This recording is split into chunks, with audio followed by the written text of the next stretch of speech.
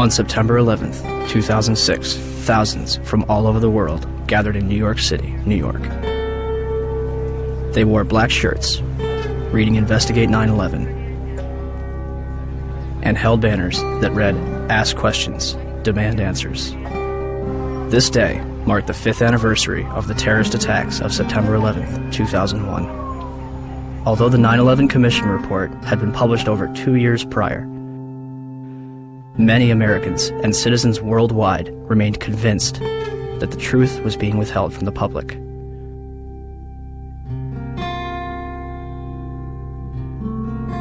Why?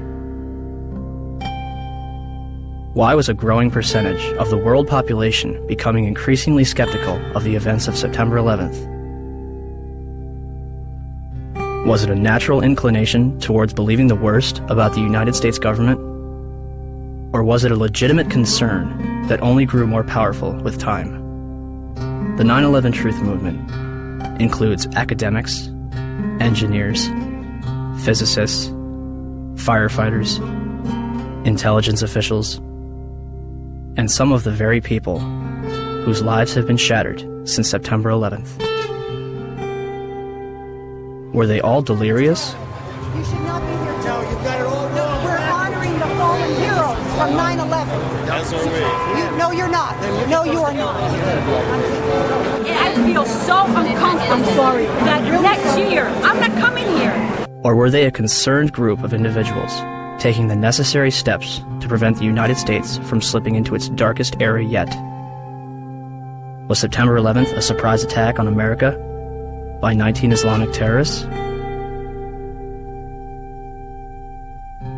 Or something else entirely?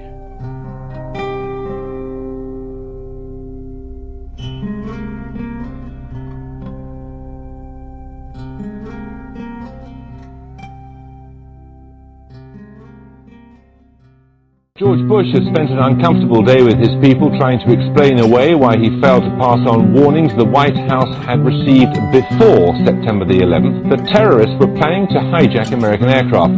What happened that day has cast a shadow over just about every area of American life. Now one of the country's best-known journalists has said that the American response to the so-called war on terrorism has created a climate of effective censorship in a land claiming to be the home of free speech. There's never been an American war, small or large, in which access has been so limited as this one.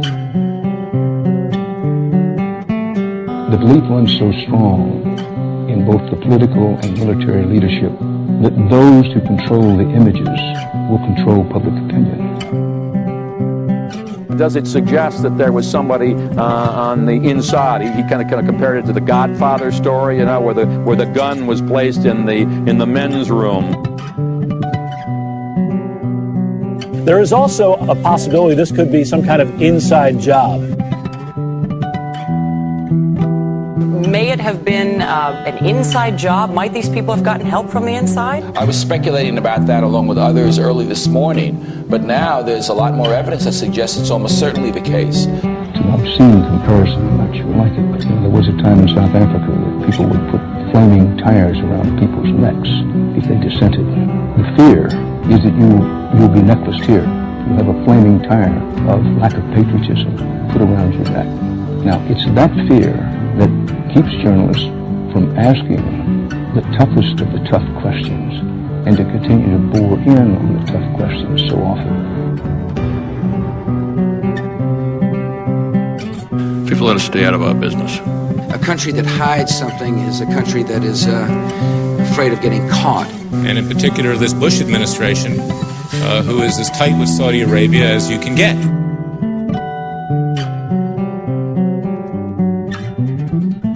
The president's father used to stay with the bin Laden family when he would go to Saudi Arabia. In the past, though, the FBI has sometimes made problems worse by ignoring or denying them. FBI management intentionally and repeatedly thwarted and obstructed my attempts to launch a more comprehensive investigation to identify and to neutralize terrorists.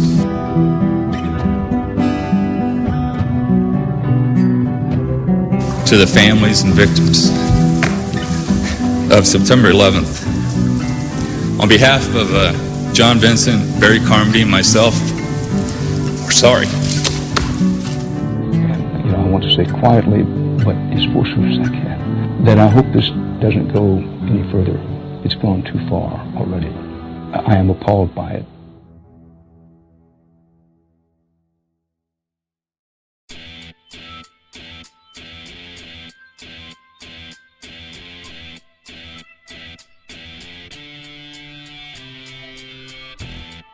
On September 13th, the United States government declares that it has overwhelming evidence that bin Laden is responsible for the attacks.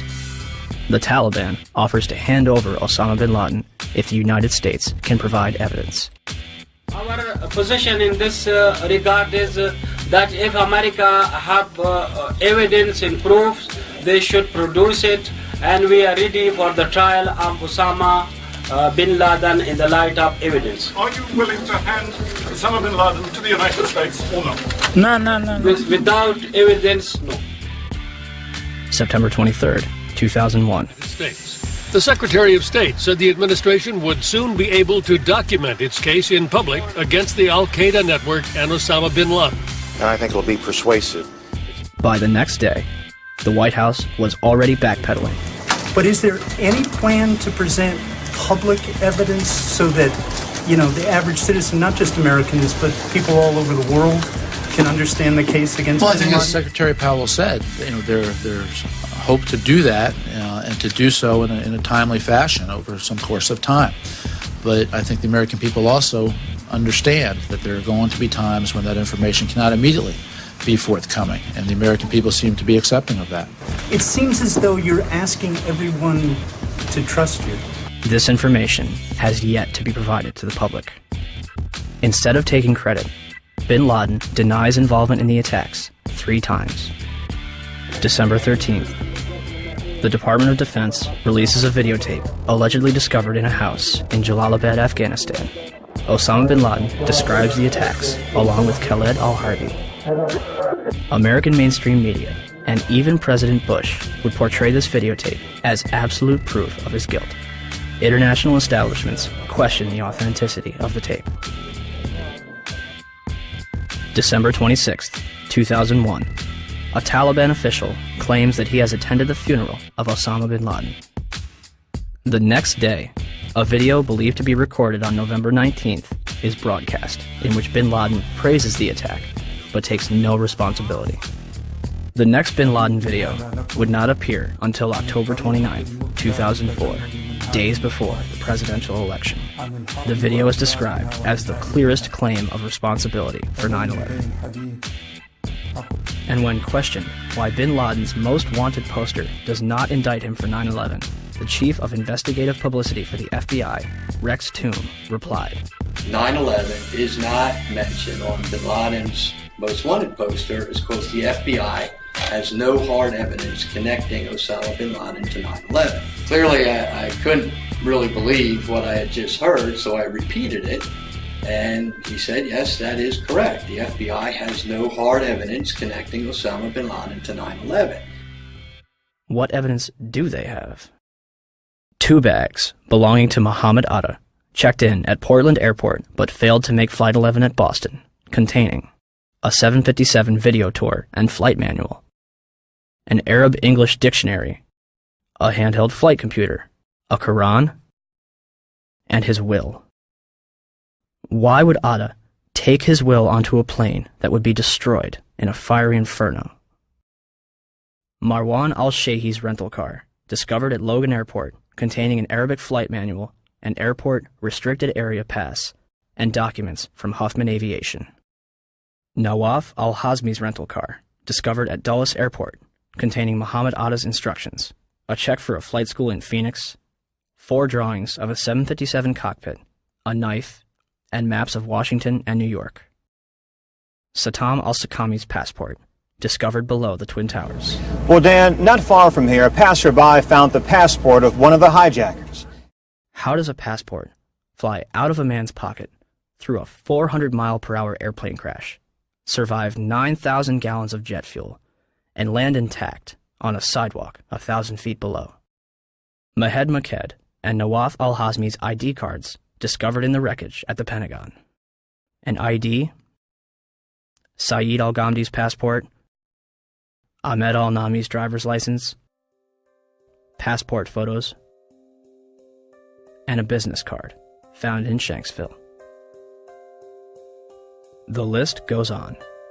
A former high-level intelligence official commented to New Yorker magazine, "Whatever trail was left deliberately for the FBI to chase."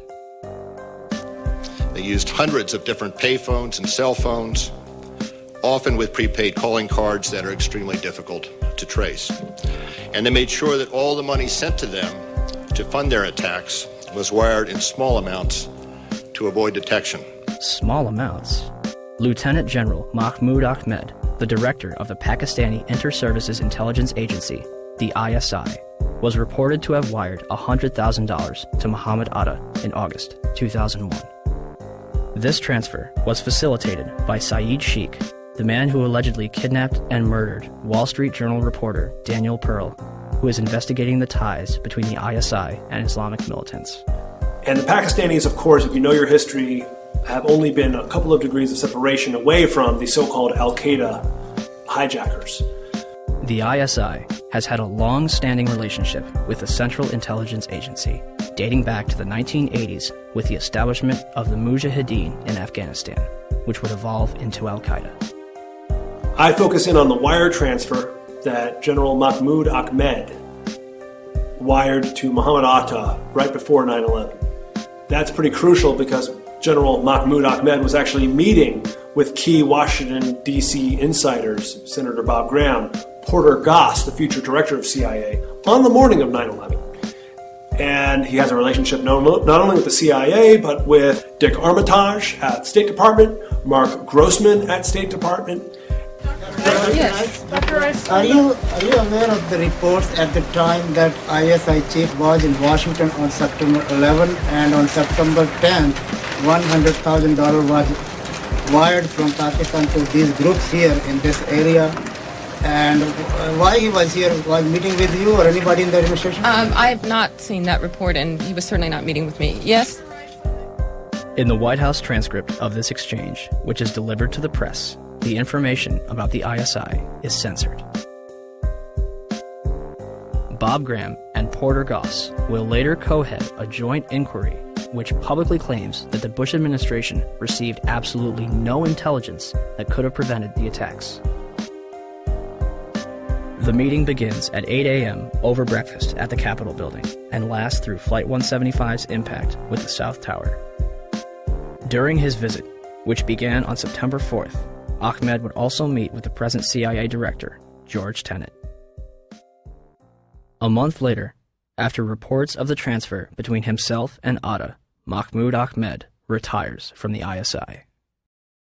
The 9/11 Commission report will later conclude that they saw no evidence that any foreign government or foreign government official supplied any funding. The Commission decided not only to omit the information, but to deny it entirely. On 172, page 172 of your report, the 911 report, you state, quote, "The U.S. government has not been able to determine the origin of the money used in the 911 attacks. Ultimately, the question is of little practical significance," end quote. How can you state that the question of who bankrolled the deaths of 3,000 American people on September 11th is, quote, of little practical significance? Because it costs so little money. That's the awful thing about it. It costs less than $500,000. That's why it was so hard to trace. We were able to find pieces of the $500,000, but it came in very small pieces. And you said earlier $500,000 to do the 9/11 operation. Well, we know that $100,000 was wired to Muhammad Atta directly from the head of Pakistani ISI. Well, I'm not aware of $100,000, but the Pakistan, I think, is the most dangerous country in the world. Why was there such a vested interest in covering up the transaction between the ISI and Muhammad Atta? And let's talk about that wire transfer, because Governor Kaine had no basis for denial, because the FBI and the Wall Street Journal confirmed the General Mahmoud Ahmed wire transfer I'm talking about. But the 9/11 Commission deliberately said that funding is not important and assigning blame is not important to them, but it is to us. As if their funding was not suspicious enough, a number of hijackers reportedly trained at U.S. military bases. As hard as this is to believe that two of the alleged terrorists involved in what happened on Tuesday may have attended schools run by the U.S. military. Now, this is according to a senior defense official. Ahmed al-Nami, Ahmed al-Ghamdi, and Saeed al-Ghamdi listed their address on both driver's licenses and car registrations as the Naval Air Station in Pensacola, Florida. Muhammad Atta reportedly graduated from the U.S. International Office School at Maxwell Air Force Base in Alabama. In response to a Freedom of Information Act, Captain Jason Taylor confirmed that a Muhammad Atta trained there between 1998 and 1999, but did not verify if it was the same person. Abdulaziz Al-Amari attended Brooks Air Force Base in San Antonio, Texas. Saeed al-Ghamdi and others attended the Defense Language Institute in Monterey, California, as confirmed by Lieutenant Colonel Steve Butler, Vice Chancellor for Student Affairs. American media ceases investigation when the Air Force says, "We are probably not talking about the same people." Two of the hijackers, Nawaf al-Hazmi and Khalid al-Madar, rented an apartment from and lived with an FBI informant. Curiously, a number of them were reported to still be alive after the attack. Finally, we were led to believe that the alleged hijackers were fundamentalist Muslims spending their final days preparing for paradise. Yet, in the week before the attacks, a number of them would drink, visit strip clubs, and solicit prostitutes. By all accounts, Atta and his cousin kept to themselves, except for last Thursday at this bar in Hollywood, Florida. It's believed both men came in, drank heavily, and then refused to pay the bill. And the guy got very, very offended, and he said to me, "Oh, I can pay my bill. I'm an airline pilot." And I was like, okay. Mahed Maked is spotted several times at a porn shop. Hamza al-Ghamdi ordered a porno in his hotel on September 10th. The mayor of Paterson, New Jersey, states that they are spotted more at go-go clubs than at mosques. Regardless of their actions, some of the hijackers' presence was known as early as 2000. What did we know? When did we know it? That's what some congressmen are asking now, and asking quite loudly. Did we know the year before 9/11 that one of the hijackers was a terrorist threat? Army Lieutenant Colonel Anthony Schaefer has gone public with his charge that Able Danger, a military intelligence project he worked with in 2000, identified Muhammad Atta, even pulled up his picture along with 3 other 9/11 hijackers as possible al-Qaeda members. We found the identities of 4 of the 9/11 hijackers prior to 9/11. But he says beginning in September 2000, 3 meetings he set up with the FBI were each canceled by military lawyers. Schaefer also says he remembers telling then 9/11 Commission staff at a meeting in Afghanistan about Atta and what the intelligence unit found back in 2000. And he was surprised that it did not show up in the Commission's report. I'm told confidently by the person who did move the material over that the 9/11 Commission received 2 briefcase-size containers of documents.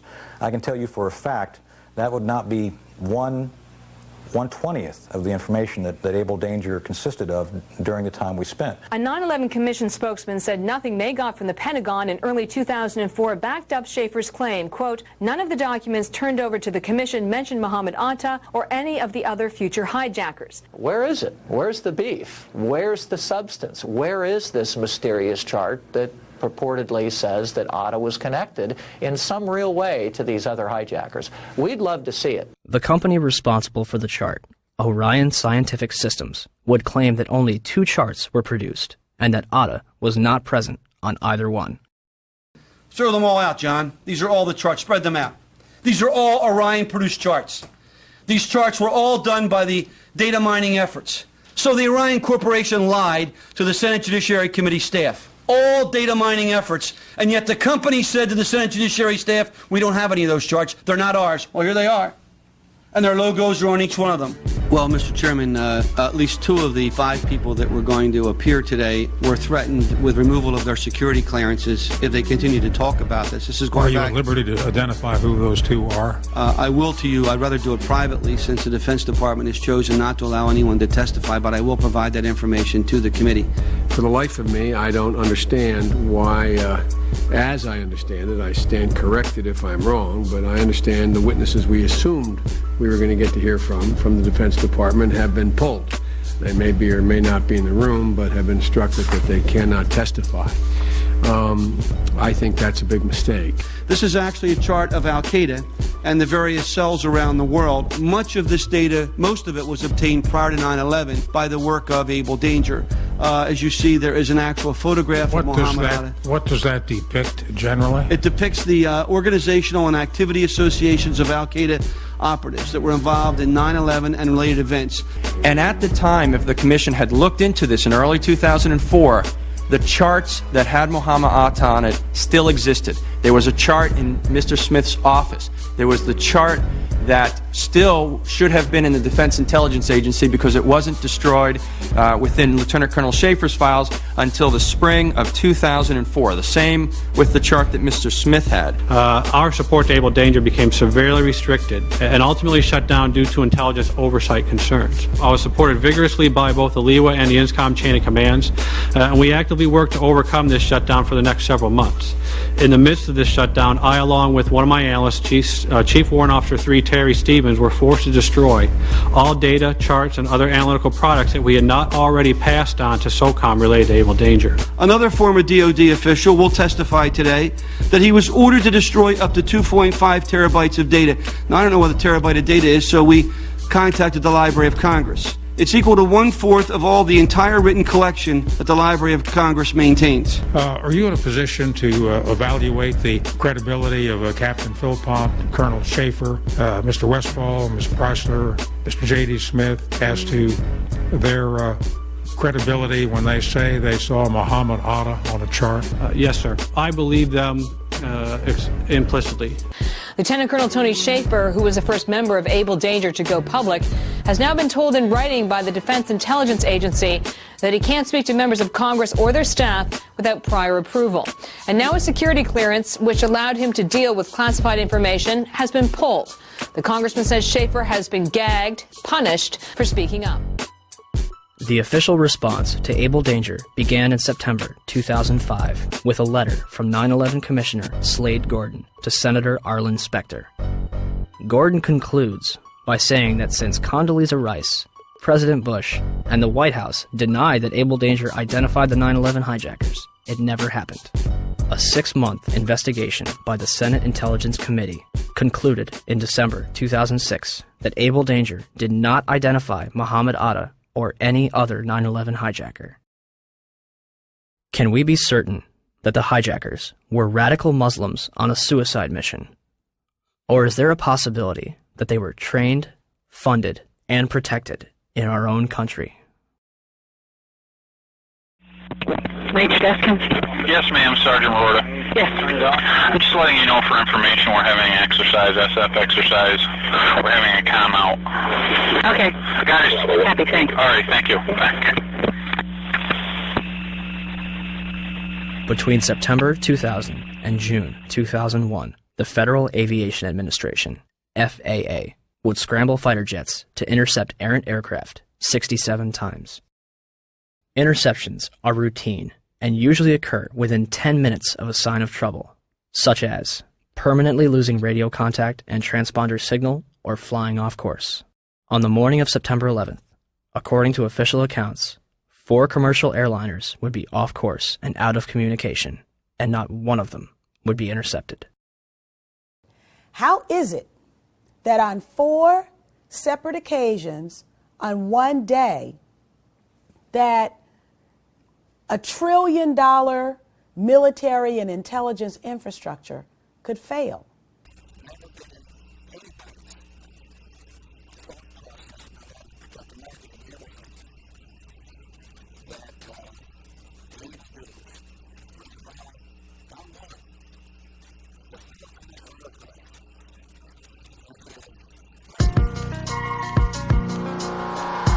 I don't think anybody could have predicted that these people would take an airplane and slam it into the World Trade Center, take another one and slam it into the Pentagon. Nobody in our government, at least, and I don't think the prior government that could envision flying airplanes into buildings on such a massive scale. But that turns out not to be true. U.S. military planners did envision and practice those very scenarios. As reported by USA Today, the North American Aerospace Defense Command, NORAD, conducted exercises with fighter jets, simulating hijacked planes flown into the World Trade Center in the 2 years before the attacks. Pentagon planners also envisioned the attack on the Pentagon 5 months before it happened. According to this April 2001 Pentagon email, Air Force officials wanted a war game, having a terrorist group hijack a commercial airline and fly it into the Pentagon. The idea was to check response times to launch fighter jets, but according to the Pentagon email, the plan was ultimately rejected by senior Pentagon officials as too unrealistic. Still to come are questions, big questions, about NORAD's response on the day of the attack. Why, despite all the exercises and the planning, Peter, jet fighters were not in place anywhere near New York or Washington. Quite an amazing story. Many thanks, Brian. Brian Ross. One drill, called Amalgam Virgo, was conducted on June 1st and 2nd, 2001, and simulated successful terrorist attacks. Its purpose was to focus on unconventional threats, including an airborne hijacking. One plan would simulate the hijacking of a commercial airliner, which would be crashed into the Capitol. The second part of the exercise, which was planned but not executed before 9/11, involved 2 planes with actual pilots on the flight deck. FBI agents would hijack the planes and divert them to secure locations. And on its cover, Osama bin Laden.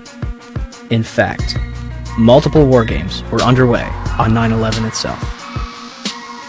The question was, we had 4 war games going on September 11th, and the question that I tried to pose before the secretary had to go to lunch was whether or not the activities of the 4 war games going on September 11th actually impaired our ability to respond to the attacks.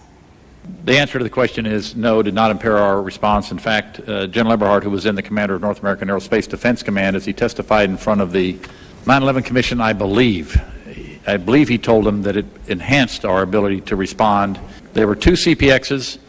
There was one Department of Justice exercise that didn't have anything to do with the other 3, and there was an actual operation ongoing because there was some Russian bomber activity up near Alaska. So, did the war games ultimately help or hinder our response? September 11th was day 2 of Vigilant Guardian, an exercise staged by the Joint Chiefs and NORAD, which simulated hijacked planes in the northeastern United States. Vigilant Guardian is a branch of Global Guardian, a mass Armageddon exercise being conducted at Offutt Air Force Base in cooperation with NORAD. Originally scheduled to take place in late October, Global Guardian was moved to September. The exercise is reportedly canceled after the second Twin Tower is hit. 3 E-4B Doomsday planes remain airborne. 2 government sources familiar with the incident tell CNN it was a military aircraft, and say the details are classified. This comparison of the CNN video and an official Air Force photo suggests the mystery plane is among the military's most sensitive aircraft, an Air Force E-4B. The E-4B is a state-of-the-art flying command post, built and equipped for one reason: to keep the government running no matter what, even in the event of a nuclear war. Ask the Pentagon, and it insists this is not a military aircraft, and there is no mention of it in the official report of the 9/11 Commission. The Pentagon, the Secret Service, and the FAA all say they, at least for public consumption, have no explanation of the giant plane over the president's house, just as the smoke began to rise across the river at the Pentagon. Barksdale Air Force Base also participated in Global Guardian. Instead of returning directly to Washington, D.C., President Bush would fly to both Barksdale and Offutt Air Force Base before returning to the White House. Another drill, Northern Vigilance, moved fighter jets to Canada and Alaska to monitor a fleet of Russian MiGs on a training mission. Northern Vigilance also placed inputs onto military radar screens. Also referred to as phantoms, inputs are simulated errant aircraft, which appear real to those participating in the exercise. We fought many phantoms that day. 3 F-16s from Andrews Air Force Base, located 15 miles from the Pentagon, are flown 180 nautical miles away for a training mission in North Carolina. Fort Belvoir, an Army base 10 miles south of the Pentagon, intended to test security in case of a terrorist attack. Employees in the Office of Emergency Management on the 23rd floor of World Trade Center Building 7 continue preparations for Tripod, a biological attack drill scheduled for September 12th.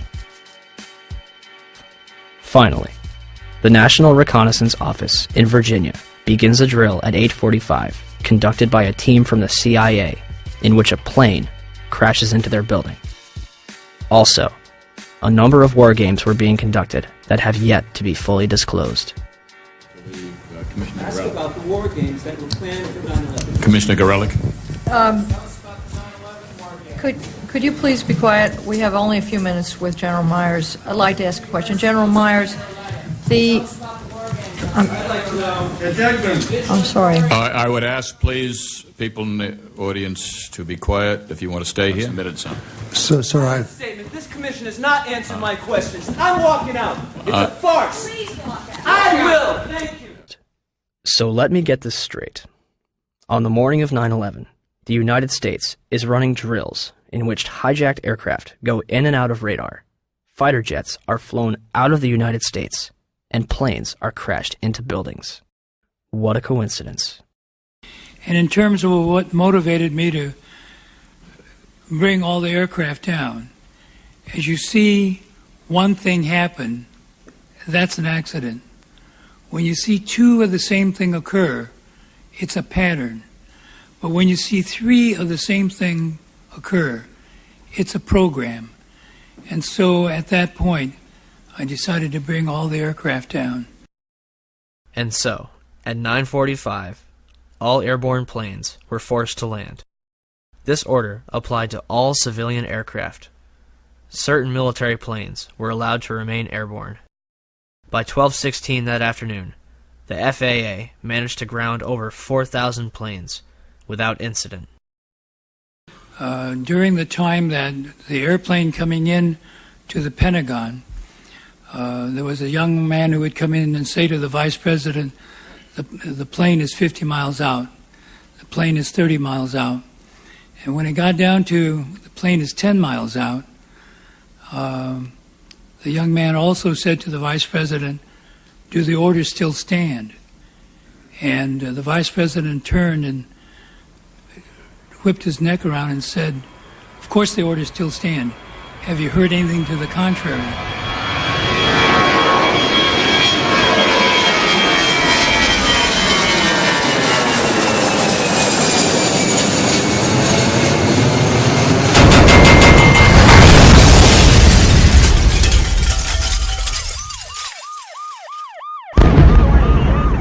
.37, Arlington, Virginia.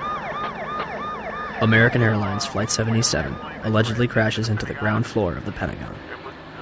Pentagon authorities will deny that the building had anti-aircraft defense.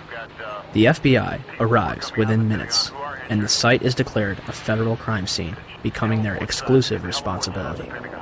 With the help of civilians, they comb the Pentagon lawn for debris, and within 24 hours, they had confiscated every known video of the attack. Pentagon officials initially denied that any of their cameras captured the event. However, on March 7, 2002, 5 images taken by a security camera from across the heliport are released. For years, these 5 frames were the only public footage of the Pentagon attack.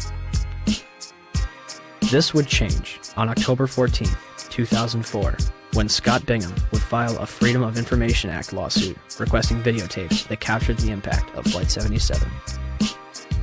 Special Agent Jacqueline McGuire of the FBI located a CD-ROM that contains copies of 2 time-lapse recordings made by security cameras. released on March 16, 2006. A video taken from a Citgo gas station, which is open only to Pentagon employees, released on September 15, 2006. And the Doubletree Hotel in Arlington, Virginia, released on December 7, 2006. Agent McGuire concluded that the FBI possessed 85 videotapes that might be potentially responsive. As of this date, we have no clear images of what happened at the Pentagon on the morning of 9/11. The official story goes as such. American Airlines Flight 77 was taken over by 5 hijackers, led by Hani Hanjour. Hanjour entered the United States in 1996 to become a professional airline pilot. He would not complete a single course. It's kind of a waste of time. He wouldn't show up for flights on time, didn't do his homework.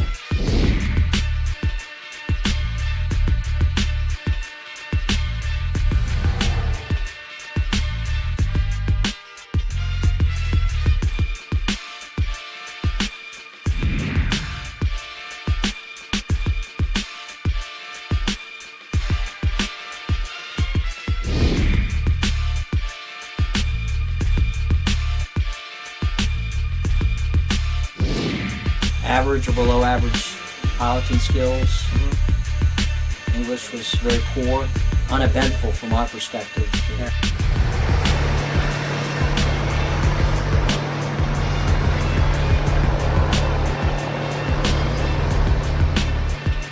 The 9/11 Commission concludes that Hanjour was perhaps the most experienced and highly trained pilot. Flight 93's hijacker, Saeed Al-Ghamdi, was a former Saudi fighter pilot.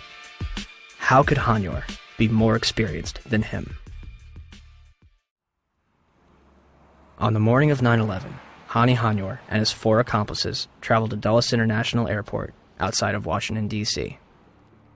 They had spent the weeks beforehand at the Valencia Motel in Laurel, Maryland, 6 miles from the National Security Agency. All 5 will set off metal detectors and be subjected to additional screening, yet all of them proceed to board American Airlines Flight 77, which is described by the Washington Post as unusually light on passengers. Out of 188 seats, 64 would be filled. In fact, all 4 planes involved in 9/11 would be at approximately 30% capacity. The hijackers will board alongside Barbara Olson, the wife of Solicitor General Ted Olson, and a number of employees from Boeing, Raytheon, the Department of Defense, Lockheed Martin, American Airlines, the Navy, Army, and other government agencies. The pilots were Officer David Charlebois and Captain Charles Burlingame. Charles Frank Burlingame III, an aeronautical engineer and a graduate of both the Naval Academy and Top Gun Fighter Pilot School, flew F-4 fighter jets and developed anti-terrorism strategies at the Pentagon before retiring in 1989 to take a job at American Airlines. He would remain active in the reserves and anti-terrorism exercises until 1996. His Boeing 757 would be crashed into the very section of the Pentagon he used to work in. The hijackers would have only moments to subdue both Charlebois and Burlingame, remove them from the cockpit, and retain control of the airplane. Yet, the plane is hijacked without incident at 8:51 and makes an unauthorized turn to the south 3 minutes later. No mayday, no hijack code, no sign of struggle. Flight 77 will fly all the way back from the Kentucky-Ohio border, coasting for another 43 minutes against its flight path before crashing into the Pentagon without any military interception. Had Hani Hanjour wanted to inflict maximum damage, all he had to do was continue his trajectory and nose down into the roof of the Pentagon. Instead, he begins a complicated 330-degree turn, dropping 7,000 feet and exposing himself for an additional 3 minutes while executing a maneuver described by experienced pilots as nearly impossible, requiring professional expertise. In essence, an amateur pilot considered a waste of resources by instructors who was unable to control a small Cessna in August 2001, executed this nearly impossible maneuver in a 757 with skilled precision a month later. Todd Lewis is working radar at Dulles Airport. One of my colleagues saw a target moving from the northwest to the southeast. And it was just a countdown, 10 miles west. And she notified the supervisor. 9 miles west. But nobody knew that was a commercial flight at the time. Nobody knew that was American 77. What did you think? It was a military flight of some kind? I thought it was a military flight. I thought that Langley had scrambled some fighters and... It was almost a sense of relief. This must be a fighter. Maybe one of them got up there. It was really moving fast. It was moving very fast, like a military aircraft might move at a low altitude. This must be one of our guys, sent in, scrambled to patrol our capital. The 757 will descend over Columbia Pike, flying adjacent to the Sheraton Hotel, Virginia Department of Transportation, Navy Annex, and fly past the Citgo gas station before crossing Washington Boulevard. 5 light poles are knocked out of the ground. One reportedly strikes a Washington, D.C. taxi driven by Lloyd England. Flight 77 manages to hit the only section that was reinforced to withstand a terrorist attack, including reinforced steel and blast-resistant Kevlar windows an 1.5 inches thick. The renovation, planning for which had begun in 1991, was only days away from completion. Had the plane struck anywhere else, the casualties and damage would have been far greater. An area that normally would have housed up to 5,000 occupants yielded 125 casualties. The Pentagon's outer wall had a hole approximately 20 feet in diameter on the first and second floor, and visible damage 90 feet across the first floor. I would say if it was 16 feet diameter, 20 feet tops, that's what would start me so curious. As I was trying to find something, there was no marks on the grass. Something never hit the ground. It didn't hit the heliport. I mean, it was a precision or awfully lucky hit. I mean, I don't know how it didn't bounce. I don't know how it hit directly in the side of the building without touching the ground, going as fast as it obviously was going. But I can't believe the thing is more than a garage door. And again, the classic airplane crash has wreckage. I mean, they found axles from the Ryder truck in Oklahoma City. I can't believe they can't find an engine. Opinions differ at this point. People that believe a 757 hit the Pentagon, and people that don't. Those that believe a 757 did hit are fueled by the damage path,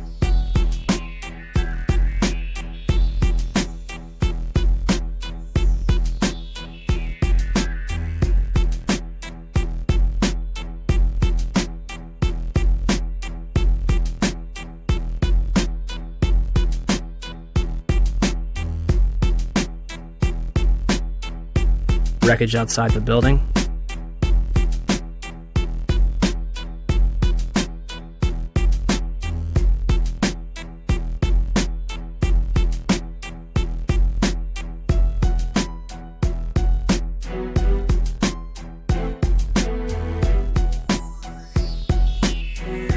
and eyewitness testimony. While we were sitting in the office, and all of a sudden we heard some rumbling, something is kind of hitting us. Very imminent things could happen. So we look at each other, and it really, the noise is unbearable. And at the last moment, my brother jumped out the office. I heard about the very big jet sound. Looks like just up to here. I just look at the outside, big black wings coming that way. And then I just running out, and then 2-3 seconds, boom! We're used to seeing planes. Maybe a 20-passenger corporate jet, no markings on the side. I saw a plane going down, big plane, commercial liner type. And I saw this jet coming in, and it was really low, and it was an American Airlines jet. You could read the AA on the side, silver fuselage. This particular plane was awful low, and as we were coming down on a 395, it came across in front of us, and it was low. Coming in at a shallow angle like it was landing right into the side of the Pentagon. It just happened. It was really amazing. huge explosion. So you actually saw the plane impact the side of the building? Yes, I did. Just one plane? Just one plane. I basically made a turn too early and ended up right in front of the Pentagon on Route 27, which goes just, I didn't even know it was the Pentagon. I mean, I've grown up in this area, but I just am basically never over there. Besides, you can't really tell it's five-sided anyway, so I didn't even know it was the Pentagon. But I was just in traffic. My main focus was that I was late for this service, and we were stuck in totally standstill traffic, just sitting dead still on the highway. And basically, without warning, there was just the sensation of something coming over the top of us. It seems the plane was so low that it hit a light pole that was just on the edge of the highway, on the far side there. Before it came over the highway, it clipped this pole, which I heard ended up being knocked over and hitting a taxi, which was near my car. Okay, my name is Lloyd England. 9/11, I was driving my car on my way home. This airplane flew over top of my car. It was real close. Something, glass, a loud noise happened, and the pole came through the dashboard right through the car. I stopped the car in the middle of the street. It didn't stop straight, it stopped at an angle. As far as the plane went through, it didn't come back in until I stopped the car and got out. Then I looked for the plane. There was no plane, but it was quiet. If had nobody seemed to have indicated where something happened, I wouldn't have known. And I was there. I mean, I'm there. And the plane, the wing spread would have been from that house, maybe halfway in my house. And the big wing, the big motors underneath of them. And nothing was left out?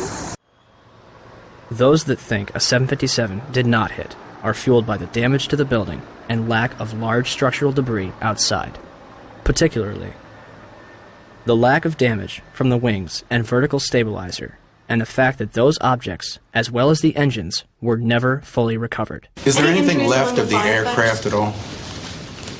First of all, the question about the aircraft, there are some small pieces of aircraft visible from the interior during this firefighting operation I'm talking about, but not large sections. In other words, there's no fuselage sections and that sort of thing. They said it was a plane, and I didn't see any pieces of any plane, and I couldn't believe that a plane hit the building. There are numerous parts to a 757 that are virtually indestructible. To date, we have not seen a single piece positively identified as Flight 77's. The fact that an exit hole inside the Pentagon is not explained by any official report on the attack. The fact that there was no impact damage on the lawn. And the fact that out of the videos that have been released, none of them clearly show a 757. The outer wall will collapse 20 minutes later, leaving a hole approximately 70 feet wide. What hit the building may be important. However, our focus should be on why it was hit in the first place. The section hit was the headquarters of Naval Operations, Naval Intelligence, and the Navy Command Center. Army personnel were also killed. A number of accountants and budget analysts were also present at the time and killed in the attack. The Arlington County After Action Report states that important budget information was in the damaged area. It's interesting that 24 hours prior, Donald Rumsfeld publicly made this announcement. According to some estimates, we cannot track $2.3 trillion in transactions. According to the 9/11 Commission report, the military was unprepared for the transformation of commercial aircraft into weapons of mass destruction. Counterterrorism forecaster Marvin Citron authored a report in 1994 for the Department of Defense, warning of Washington's vulnerability to terrorist attack. We predicted a plane could have crashed into the Pentagon. That's about as specific as you can be. If you made a right turn at the Washington Monument, you could hit the Pentagon. A left turn, you could hit the White House. Back on October 24th, 2000, the Pentagon conducted MASCAL, a mass casualty exercise which simulated the impact of a Boeing 757 into the building. very curious, and as time goes by, it makes you more curious as you have time to dwell on the details and all the information that's becoming available. I can't drive my car that well, but I can't imagine somebody just climbing behind the wheel of an airplane and doing what they did and doing it so well. Basically, it was the strangest day I've ever spent in my entire life. It was like in slow motion. I get chills every time I hear the audio.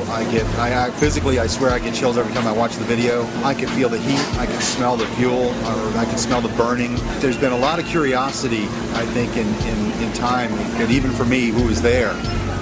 I still have questions of, did I really see what I think I saw? You know, when you're led to believe and you think you believe what you think you saw, I think that you begin to buy into it. But the more you dwell on it and the more the evidence comes forward, the questions get larger and larger and larger. I'd like some conclusion. I mean, I'm sure the families would, and I'm sure the military knows a lot more than we do in the government. But I'm just astounded that they don't share more of the information that's available. If the government was 100% forthcoming and wanted to squelch any doubt as to what happened, why have they controlled the evidence so strongly? Why is there no positive identification of Flight 77? Why, when Vice President Dick Cheney was aware of an incoming aircraft up to 50 miles away, were employees allowed to remain in the building? Had a single alarm gone off inside the Pentagon, 125 people would be alive today, and hundreds more would not be suffering. And when it got down to the plane is 10 miles out, the young man also said to the vice president, "Do the orders still stand?" And the vice president turned and whipped his neck around and said, "Of course the orders still stand. Have you heard anything to the contrary?" Norman Minetta's testimony would be completely unreported by the 9/11 Commission. It would also be censored from the online archives of Commission hearings. A spokesperson from the National Archive claimed that it was a technical snafu. The 9/11 Commission will later conclude that Vice President Dick Cheney did not reach the bunker until 9:58. My main concern is that in your testimony, you stated that Vice President Dick Cheney came into the POEC office at 9:20 when you arrived, and he was already there. He's gone in front of Meet the Press, and he said that he was there at 9:38. They did that because they'd received a report that an airplane was headed for the White House. This is Flight 77, which had left Dulles. Flight 77. It left Dulles. As best we can tell, they came initially at the White House. The plane actually circled the White House? Didn't circle it, but was headed on a track into it. Tracking it by radar. And when it entered the danger zone and looked like it was headed for the White House was when they grabbed me and evacuated me to the basement. The plane obviously didn't hit the White House, turned away and we think flew a circle and came back in and then hit the Pentagon. Yet the 9/11 Commission report puts him there at 9:58 that morning. 9:58? Yeah, I don't know if you got a chance to read it, but it puts him half an hour later. So I don't mean to ask a rhetorical question, but to the best of your recollection, was Vice President Dick Cheney already there at 9:20? The flight you're referring to is the flight that came into the Pentagon. This was before American Airlines went into the Pentagon. Yeah. Norman Minetta was in the bunker with Cheney, and so the fact that wasn't in the 9/11 Commission report was rather odd, don't you think? Yeah. Who was that young man? Did anybody ask who that young man was? How could Dick Cheney, or anyone in the administration, especially after an aide warned him a plane was 50 miles out and 2 planes had already struck the World Trade Center, allow the Pentagon to be struck?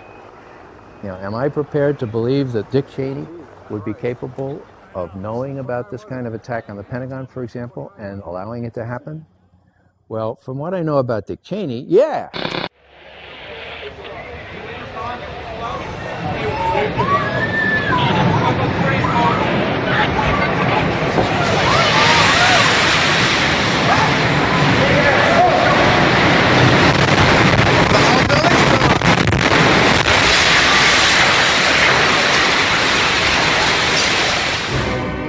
(9:59), New York City, New York.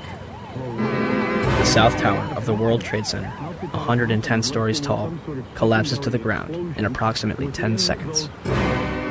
29 minutes later, the North Tower follows suit, also collapsing in approximately 10 seconds. Later that evening, at 5:20, World Trade Center Building 7, 47 stories tall, collapses to the ground in under 7 seconds. The official explanation is that falling debris from the North Tower created a series of fires inside the building.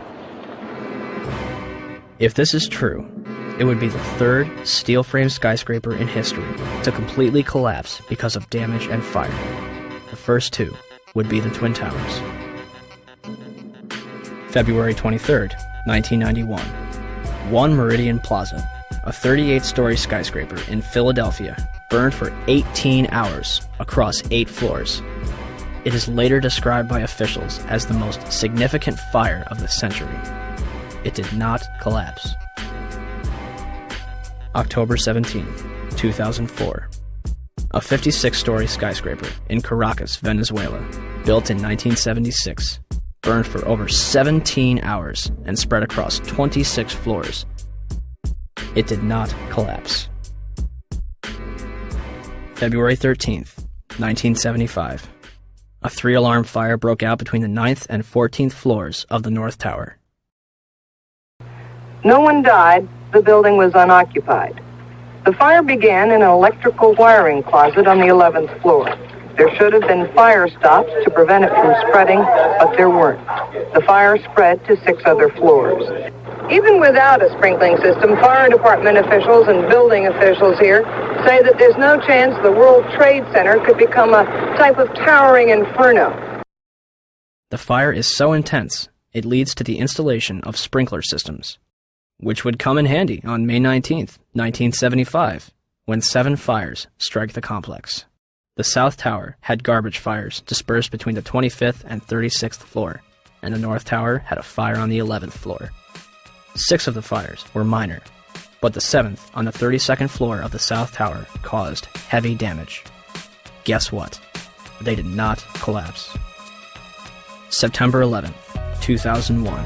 2 110-story skyscrapers, completed in 1973, burned for 56 minutes over 8 floors and 103 minutes over 5 floors, respectively, before collapsing completely to the ground.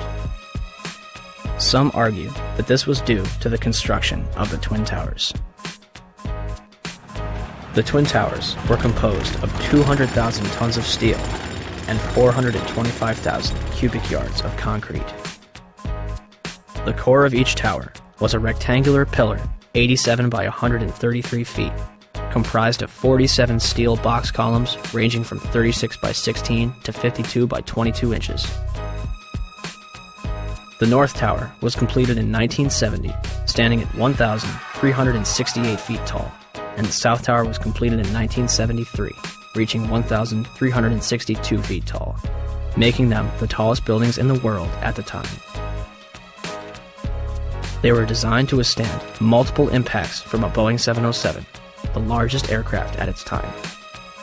An analysis released in 1964 claims that the buildings were investigated and found to be safe in an assumed collision with a 707 traveling at 600 miles per hour. Such collision would result in only local damage which could not cause collapse or substantial damage to the building. A 707 has 4 engines instead of 2, and its cruise speed is 607 miles per hour.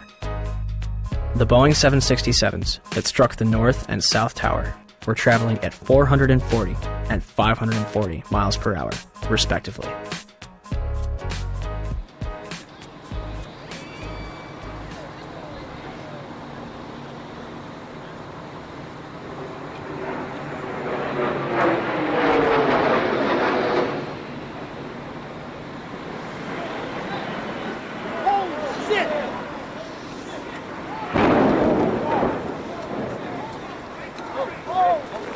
Breaking news on WCBS 880, right here, right now.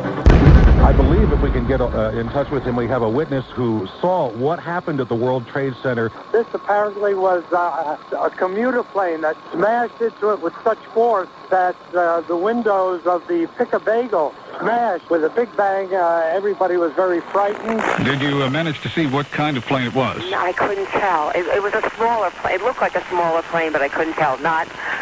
I'm not really sure. A medium-sized body plane with engines on both sides, almost like a gray-black color in nature on the plane. I would say it wasn't a huge jet, but it was a plane that sounded like it was a fighter jet overhead. I work right next door at 74 Trinity Place. We heard the first one come in. I didn't know what it was. It sounded like a missile. Oh my God, Ed, another plane just hit the World Trade Center. Another plane. It was a medium-sized plane. Unbelievable. It would appear, Jim, as if there's more smoke coming from the ground. And we used to have another, things have fallen to the ground and are burning. And we One gentleman told me he was on the 65th floor standing next to an elevator when the elevator exploded and knocked him out of his shoes.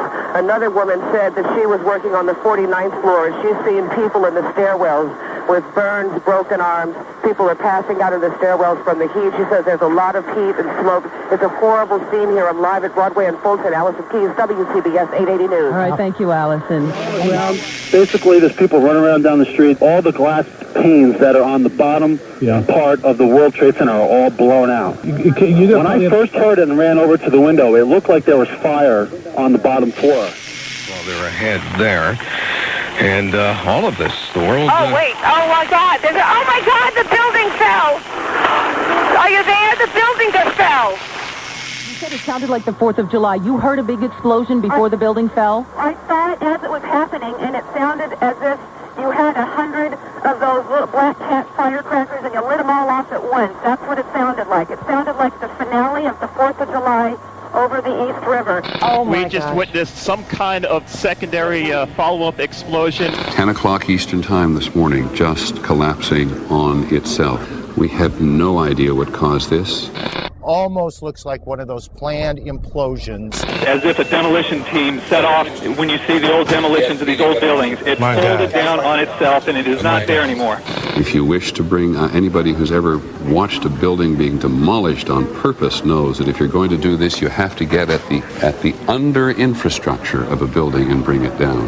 Right now, police have to determine is whether that explosion was caused from the initial impact of the plane or whether it was something that was exploded on the ground. Generally speaking, for a building to collapse in on itself like that, it would seem to indicate that there could have been an explosion, a bomb planted on the ground that would make the building collapse within itself. By that evening, eyewitnesses and experts alike were rushing to defend the official narrative of events, claiming that raging jet fuel fires melted the steel inside the Twin Towers. I saw this plane come out of nowhere and just ream right into the side of the Twin Tower, exploding through the other side. And then I witnessed both towers collapse, one first and then the second, mostly due to structural failure because the fire was just too intense. When one of those airplanes crashed into one of the towers, it was the equivalent of a 6-point earthquake. Marlene Davis is the Dean of Architecture at the University of Tennessee. She calls the 110-story tall twin tower tube structures. That means there are no internal columns holding it up. You know, when we saw this yesterday, people said, oh my goodness, there was a bomb on there. There must have been a bomb that collapsed. Must have been a bomb below. Right, that finished the job. Well, it turns out we heard from experts who said that, you know what, the fire on those floors probably 1,500 degrees. Steel can only withstand so much because the steel structure that holds the building up was on the outside, and essentially the building started to melt and it gave way and it toppled. Engineers suspect the temperatures inside the crash areas could have quickly reached well over 1,000 degrees, perhaps approaching 2,000 degrees, beyond the melting point of any steel. They were not designed, perhaps, to take a direct strike from something the size of a 737 or an Airbus, perhaps fully loaded with fuel. Steel will melt. Physics professor and explosives expert Van Romero. Even if there was no secondary explosives in the building, hitting the having the airplane hit the building where it did, a large amount of weight above the damaged location, that damaged location being further damaged by the fire, that structure could no longer support the weight above it, and the collapse ensues. Numerous individuals, including some of the architects themselves, would claim that plane crashes were never taken into consideration and that the building was doomed to failure. Hyman Brown was the project engineer on the Twin Towers, the man on the ground in charge of making sure the buildings were built right, the way it was designed. Structural steel is fireproof to last between 1 and 2 hours, which it did, and then steel melts. Each tower was built around a central core. That core kept the building up, supporting the tower's so-called dead weight. But when steel melts, according to Brown, like dominoes, it falls. Brown says the towers were built to withstand 200-mile-an-hour hurricanes, the 100-year storm, the worst nature could dish out. But he says an airplane crash never entered anyone's mind. However, that's not entirely true. Yet the impact of the planes alone did not cause that failure. In fact, tall building designers try to anticipate air accidents. Marc Loiseau is president of a company called Controlled Demolition. When this structure was designed, it was designed, to the best of my understanding, to take the impact of what was then the state-of-the-art airplane being used in our country, the Boeing 707. The building was designed to have a fully loaded 707 crash into it.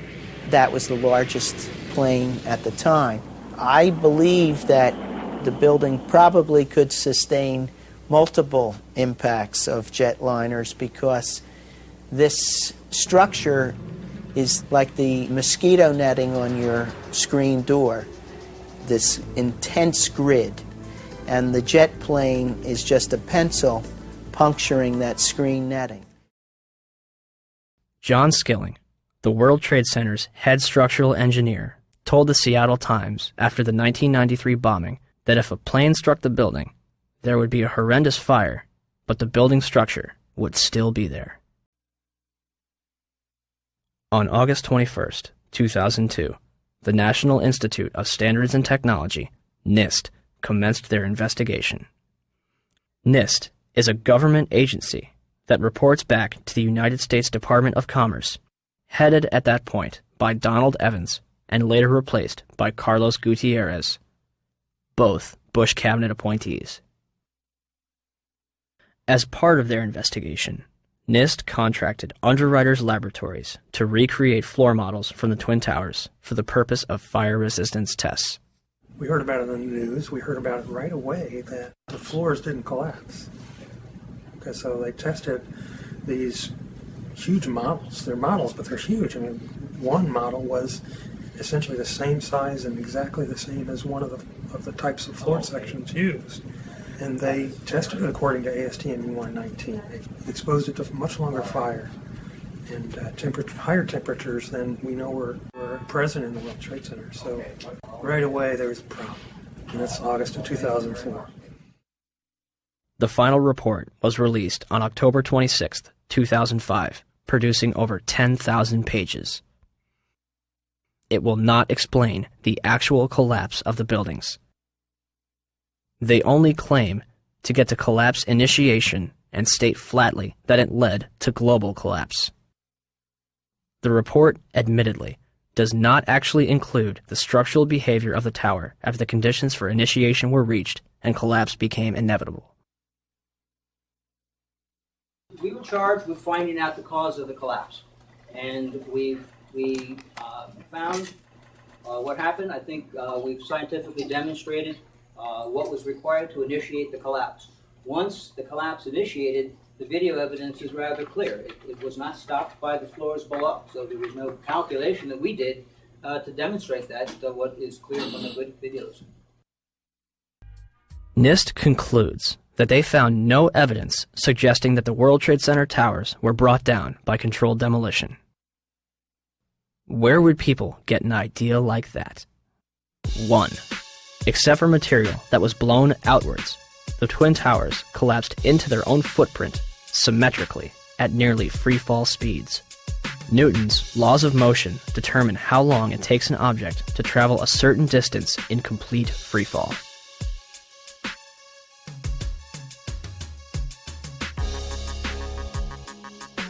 In a controlled environment, an object dropped from the roof of either Twin Tower would reach the ground in 9.2 seconds. The 9/11 Commission report will state, at 9:58, the South Tower collapsed in 10 seconds.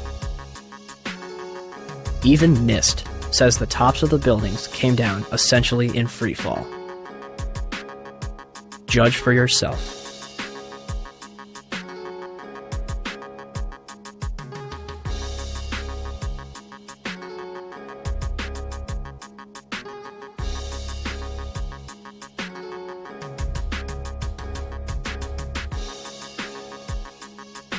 and our conclusion is that the building should not have fallen that rapidly if indeed fire caused the collapse. And in fact, there's one mechanical engineer, Gordon Ross, in the Journal of 911 Studies, who's done a thorough analysis based on conservation of momentum. If the official story was correct, then the heating that was supposed to cause the failure would have been a much slower event, and it would have been an asymmetric event. For the tower to collapse straight down onto itself flies in the face of what we know about steel and how steel behaves. When we have a failure in one area, then the failures tend to continue within that area, and you'd see an asymmetric collapse, possibly the upper section falling off as it twisting away from the tower and falling off. But it's very unusual to see the upper section falling straight through the path of the greatest resistance, which was straight down through the middle of the tower. It just does not add up. 2. Molten metal exceeding 2,000 degrees Fahrenheit was discovered in the rubble of Ground Zero, underneath the Twin Towers and Building 7. Even with heavy rain on September 14th and 21st, a constant stream of fire retardants and water, described as creating a giant lake, these fires would not be extinguished until December 13th, 2001, making it the longest burning structural fire in history. Was the jet fuel responsible? Dr. Frank Gale, who was working with NIST, claimed in 2005, your gut reaction would be that the jet fuel melted the steel. Indeed, it did not. The steel did not melt. The temperatures that we know existed within the collapse, within the debris pile, are physically impossible from an atmospheric jet fuel fire. Cannot be done. I'm curious about the pool of molten steel that was found in the bottom of the towers. I am too. And please tell me about it. Have you seen it? Well, not personally, but eyewitnesses there found huge pools of molten steel beneath the towers, and some scientists don't think that the collapse of the building could have melted all that steel. First of all, let's go back to your basic premise that there was a pool of molten steel. I know of absolutely nobody, and no eyewitness who said so, nobody who's produced it. I was on the site, I was on the steel yards, so I don't know that that's so. You'd get down below and you'd see molten steel running down the channel rails. Like you're in a foundry.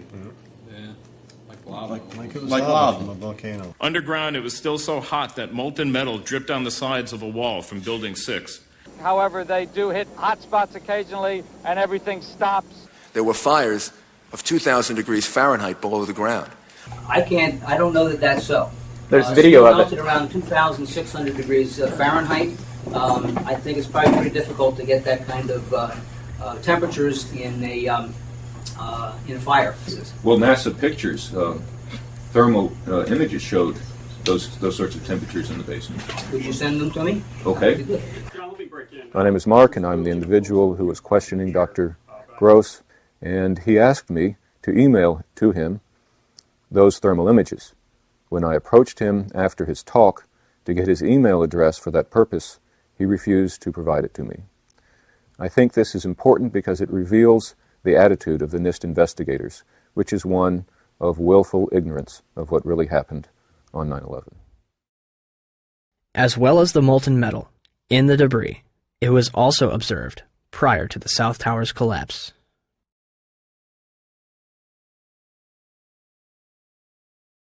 Also, a minute and 20 seconds before collapse, large amounts of white smoke begin pouring from the base of the South Tower.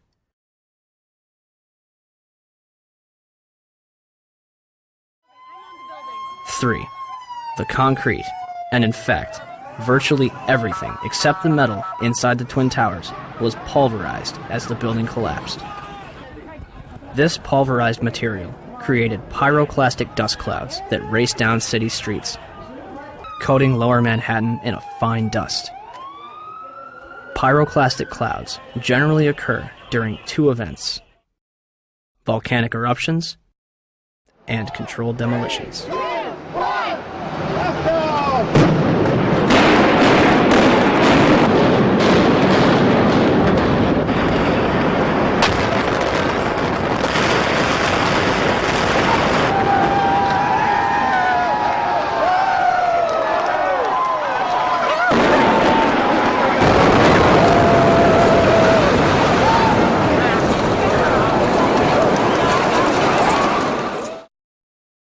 4. Steel beams weighing up to 200,000 pounds were thrown laterally up to 500 feet. A cross-section from the World Trade Center, weighing approximately 300 tons, was embedded in the southeastern corner of the American Express building.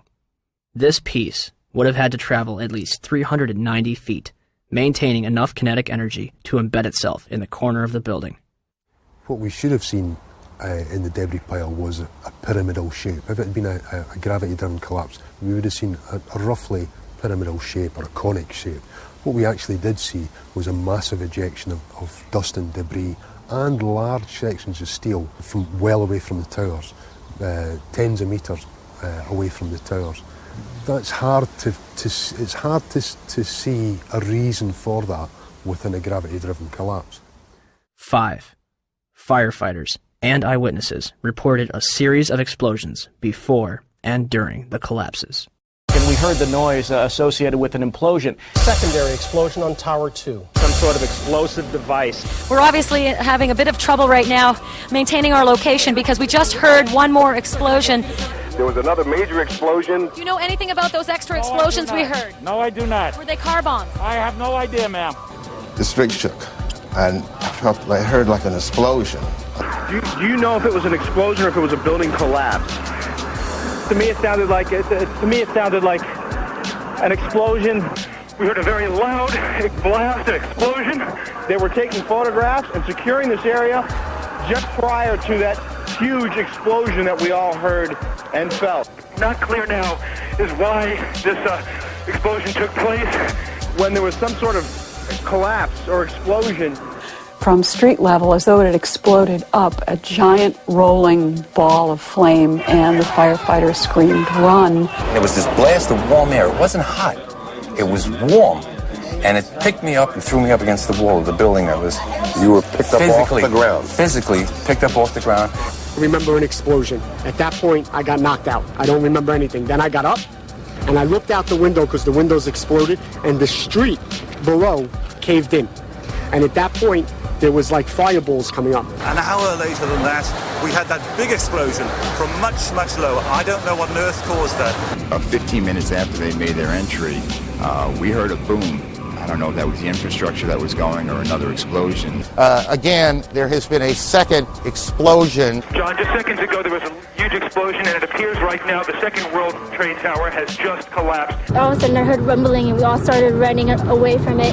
The glass blew out and threw me onto the sidewalk, and I couldn't see for 20 seconds. It was like holy hell coming down them stairs. And then when we finally got to the bottom, they were coming out on mezzanine level there.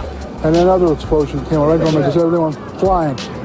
We stuck on the stairs for a while. We finally got down to the lobby. Then we get to the lobby, it was this big explosion. So I was real lucky. I don't know what happened to the people behind me when that blast occurred. And was actually on the 78th floor of the second tower and was evacuating the tower and experienced all these explosions and made his way back down. We presume because of the initial explosion, there may have been secondary explosions as well that were detonated in the building by these terrorists. There was a secondary explosion, probably a device either planted before or on the aircraft that did not explode until an hour later. I heard a second explosion and another rumble and more smoke and more dust. I ran inside the buildings, the chandeliers shook, and again, black smoke filled the air. Within another 5 minutes, we were covered again with more silt and more dust. And then a fire marshal came in and said we had to leave because if there was a third explosion, this building might not last. Eyewitnesses also reported that explosions had taken place in lower levels of both the North and South Tower. They were having coffee in the World Trade Center when the first plane struck. And all of a sudden it sounded like, I don't know where the subway is, but it sounded like a subway collision, a bomb, and it was just pounding, boom, boom, boom, and I literally thought the subway had exploded. And the ladies that are with me were in the World Trade Center in the first building and escaped through the lobby where they report that they believe there was a bomb in the lobby. Just got out of the tunnel and the blue. The subway tunnel? Yeah.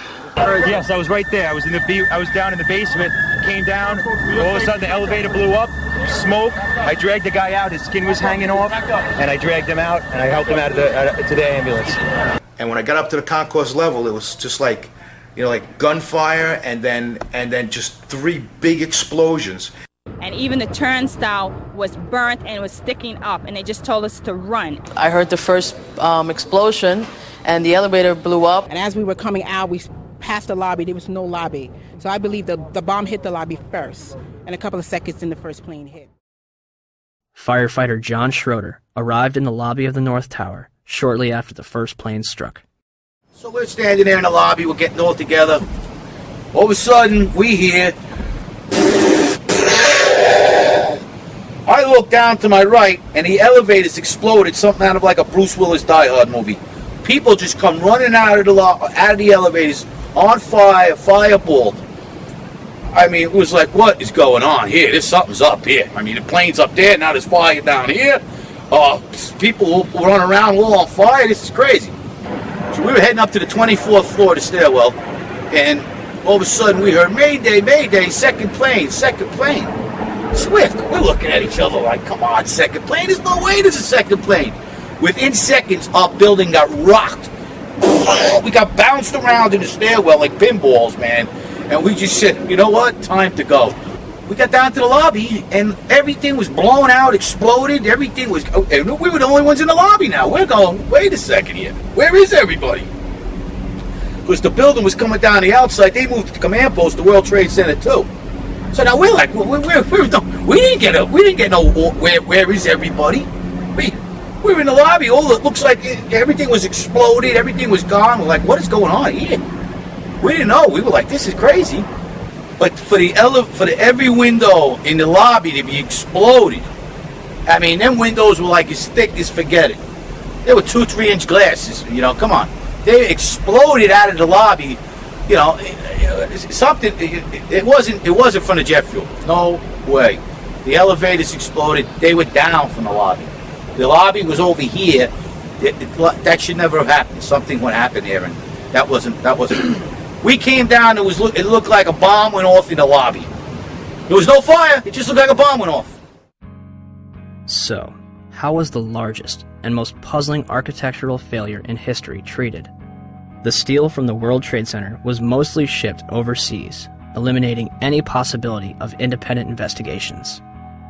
New York City's Department of Design and Construction contracted 4 companies for debris removal.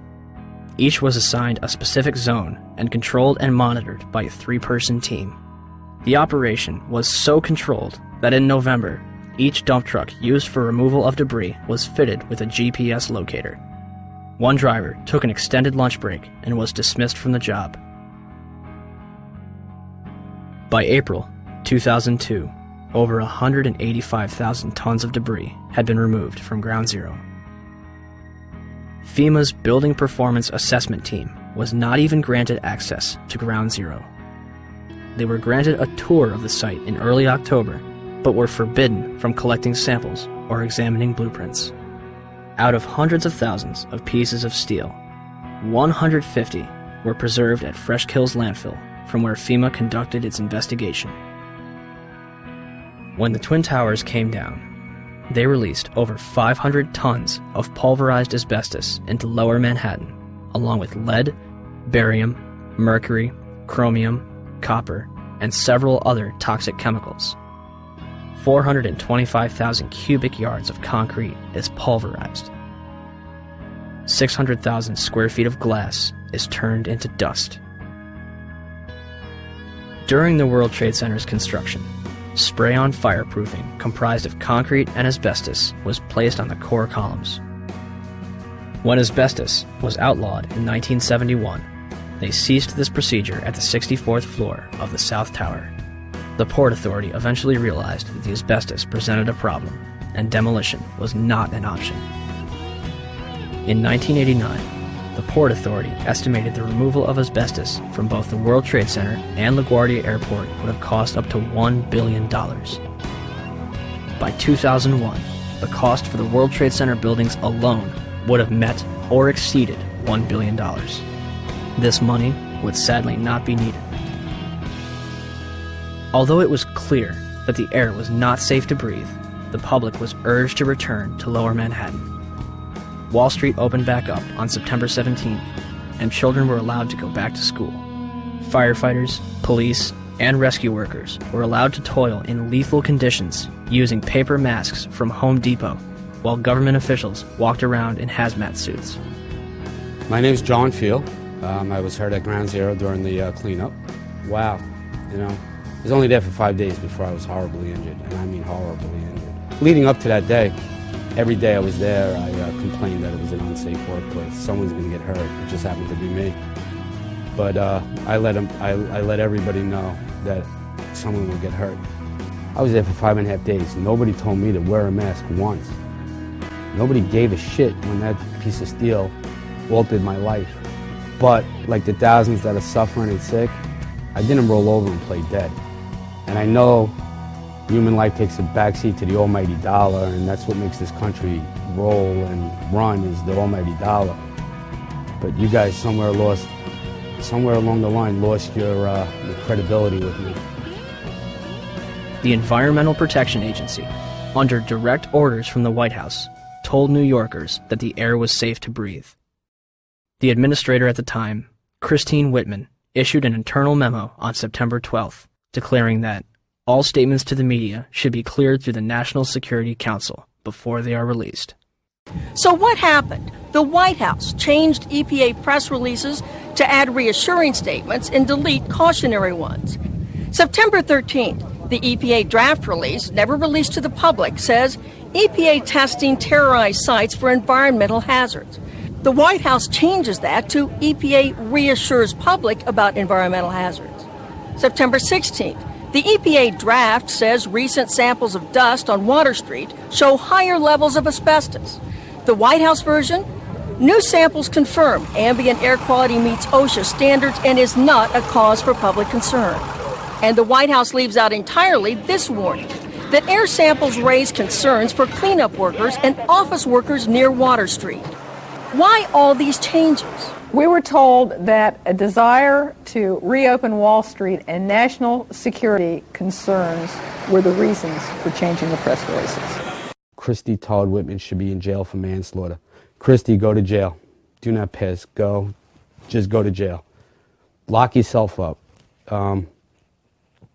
When I said that, everybody said, don't you think that's a little harsh?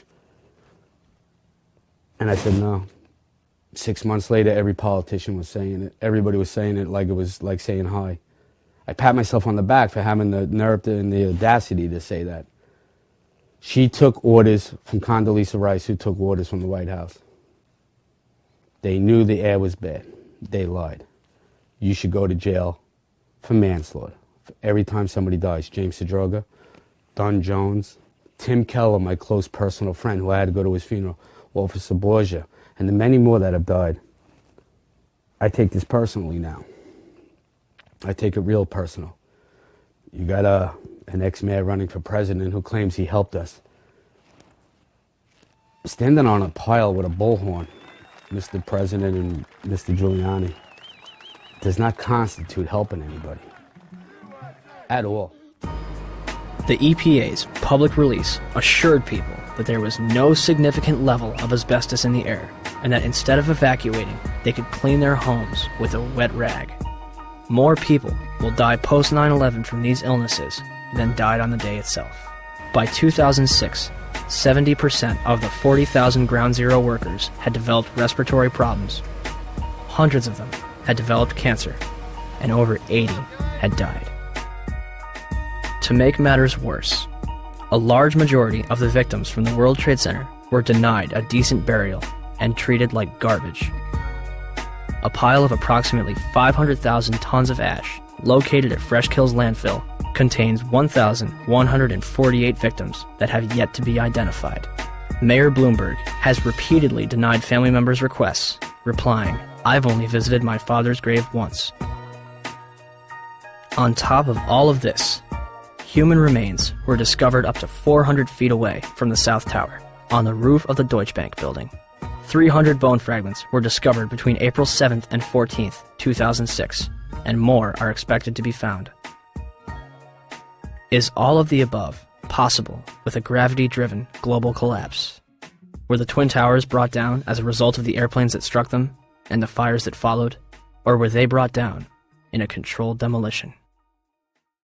same Right, time. some new information coming in. Report from Associated Press of a large plane crashing in western Pennsylvania. This is according to officials at the Somerset County Airport. A large plane crashing in western Pennsylvania. We had that plane crash. I'm sorry, go ahead, Skip. Say it again. Repeat, please, Skip. I'm saying somebody may have made that horrible decision to go ahead and take the plane down.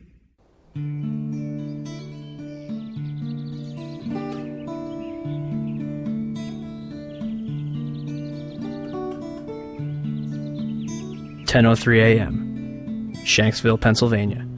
United Airlines Flight 93 allegedly plows into an abandoned strip mine at 580 miles per hour. 20 minutes flying time from Washington, D.C.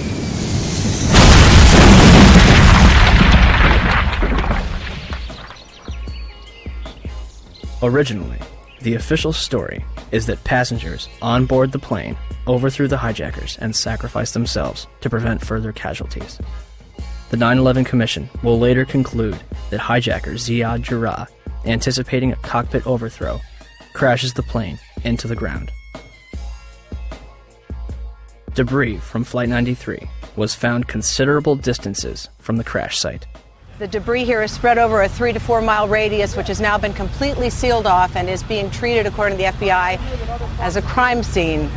This is one of those cases where the pictures really do tell the story, that sort of the most horrifying aspect of this particular crash scene is how little debris is visible. That's really all you see is a large crater in the ground and just tiny, tiny bits of debris. There has been at least one report that the investigators out there, and there are hundreds of them, as I said tonight, have found nothing larger than a phone book. Well, Darren, in the last hour or so, the FBI and the state police here have confirmed that they have cordoned off a second area about 6 to 8 miles away from the crater here where this plane went down. This is apparently another debris site, which raises a number of questions. Why would debris from the plane, and they identified it specifically as being from this plane, why would debris be located 6 miles away? Could it have blown that far away? Seems highly unlikely. Almost all the debris found at this site is within 100 yards, 200 yards away. So it raises some questions. We don't want to over-speculate, of course. It seems to me from covering a number of plane crashes on the scene that, if nothing else, you can say this is not typical for a plane crash to be spread across an area this large. It certainly doesn't make sense because most of the debris has been found in a very compact area within 100 yards, 200 yards, maybe a little beyond that. And then all of a sudden they're telling us 6 miles away they have another concentration of debris. They say it's very small pieces. Most of these are very small pieces. Most of the pieces here are no bigger than the size of a briefcase, they say, and the pieces 6 miles away maybe even smaller than that. Did they find a plane in Shanksville? Within the last hour. I want to get quickly to Chris Kanicki. He was back there just a couple of minutes ago, and Chris, I've seen the pictures. It looks like there's nothing there except for a hole in the ground. Basically, that's right. The only thing you could see from where we were was a big gouge in the earth and some broken trees. From where we could see, there wasn't much left. Any large pieces of debris at all? No, there was nothing that you could distinguish that a plane had crashed there. Smoke, fire? Nothing. It was absolutely quiet. It was actually very quiet. Nothing going on down there. No smoke, no fire. Just a couple of people walking around. They look like part of the NTSB crew walking around looking at the pieces. How big would you say that hole was? From my estimates, I would guess it was probably about 20 to 15 feet long and probably about 10 feet long or 10 feet wide. What could you see on the ground, if anything, other than dirt and ash? And you couldn't see anything. You could just see dirt, ash, and people walking around, broken trees. From the Somerset County coroner to the mayor of Shanksville, almost every eyewitness would remark how little of the plane and its passengers remained. But when I got there, I wondered to myself, where is it? The plane was just totally disintegrated. The only thing we didn't see were people. Nothing to indicate that there was even anybody on the plane. I remember asking a state trooper that was there to be sure, is that where the plane went down? It was so hard to tell because there was nothing around. The Pennsylvania State website puts it best. It is difficult to believe that a 757 plunged into the ground with such force that the plane literally disintegrated and created a still, smoldering crater. Is there any historical precedent for a commercial airliner disintegrating upon impact. The emergency services realize their task is hopeless. John Heavey and his team confront the horror of the scene. The twisted wreckage of 191 lies scattered for hundreds of meters. Debris has smashed into the trailer park, destroying 5 homes. In 1988, Pan Am 103 exploded in mid-air over the town of Lockerbie in Scotland, killing 270 people. Terrorists checked a bag containing a bomb into the hold, but didn't board the plane. The sea below them is on fire.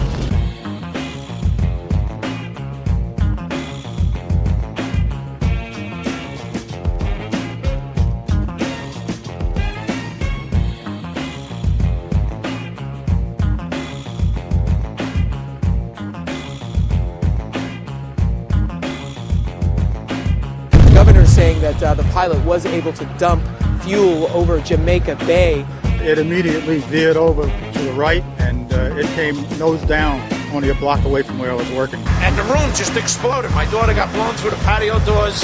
My wife got blown into the living room, and I got blown out the patio doors behind my daughter. Several blocks away from the primary crash scene, the aircraft may have been rocked by vibrations severe enough to knock the engines off the wings. Jim, let me just tell our audience what you're looking at. These are from Jamaica Bay. This is clearly a part of the plane. Yes, that would be the horizontal stabilizer, the vertical tail fin on the back of the airplane.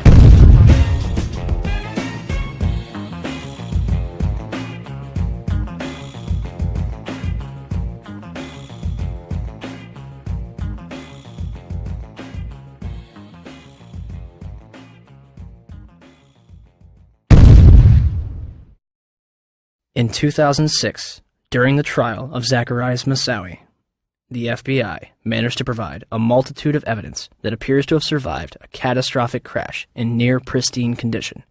Among the exhibits were a red bandana, a Kingdom of Saudi Arabia driver's license, John Talignani's driver's license,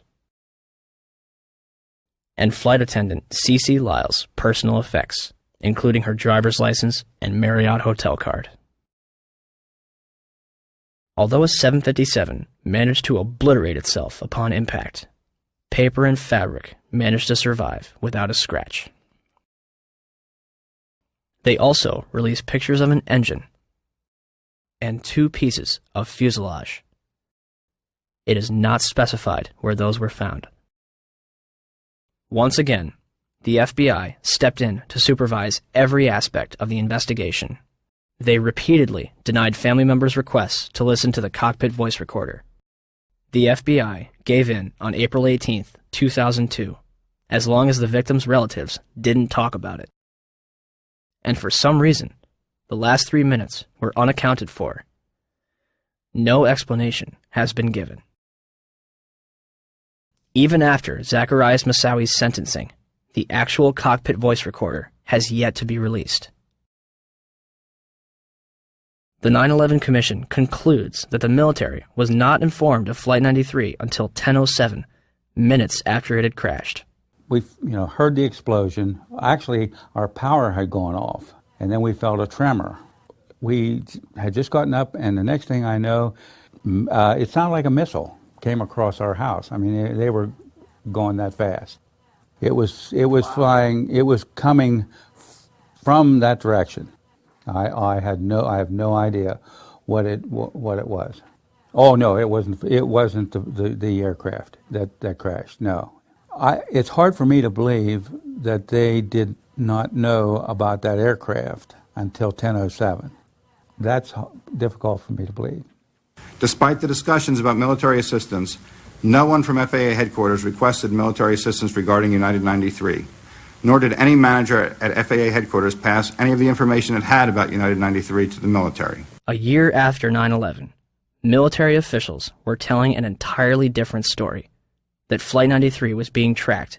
In the Pentagon Command Center, there's a report of another hijacked plane, United Airlines Flight 93. We received a report from the FAA that Flight 93 had turned off its transponder, had turned, and was now heading towards Washington, D.C. The decision was made to try to go intercept Flight 93. The rules have changed. We could do something about it now. Colonel Bob Marr is in command at the Northeast Air Defense Sector base in Rome, New York. The words that I remember as clear as day was, "We will take lives in the air to preserve lives on the ground." Marr orders his air controllers tell the pilots to intercept Flight 93. United Airlines Flight 93 will not be allowed to reach Washington, D.C. The closure time came and went, and nothing had happened. So you can imagine everything was very tense. Flight 93 is about 175 miles north and west of Washington, flying over Somerset County, Pennsylvania. Up above, a fighter jet streaks by. It was about, 10:03 that the fighters reported that Flight 93 had crashed. Eventually, of course, we never fired on any aircraft. When you heard the plane was down without a shot being fired at it, do you remember what you said? We just witnessed an act of heroism. Was Flight 93 downed by hijackers in an open field in Shanksville, Pennsylvania? Or is the truth being withheld from the public?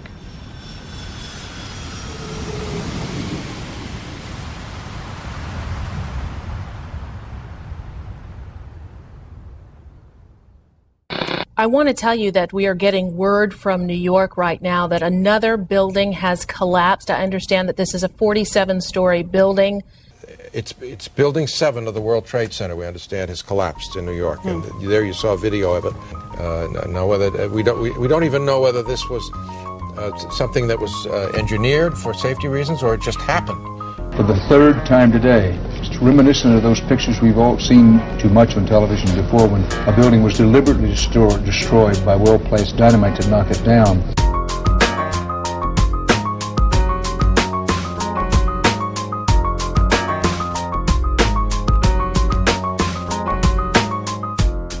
In 1984, construction began on World Trade Center Building 7, a 47-story office building, 570 feet tall, and 300 feet away from the North Tower. It opened to the public in 1987 and housed offices for Department of Defense, Securities and Exchange Commission, and the Internal Revenue Service. Building 7 was considered the Central Intelligence Agency's largest station outside of Washington, D.C., and was also the Secret Service's biggest field office. Numerous cases would be closed due to its destruction. On June 8, 1999, Mayor Rudolph Giuliani's Office of Emergency Management Command Center on the 23rd floor is opened.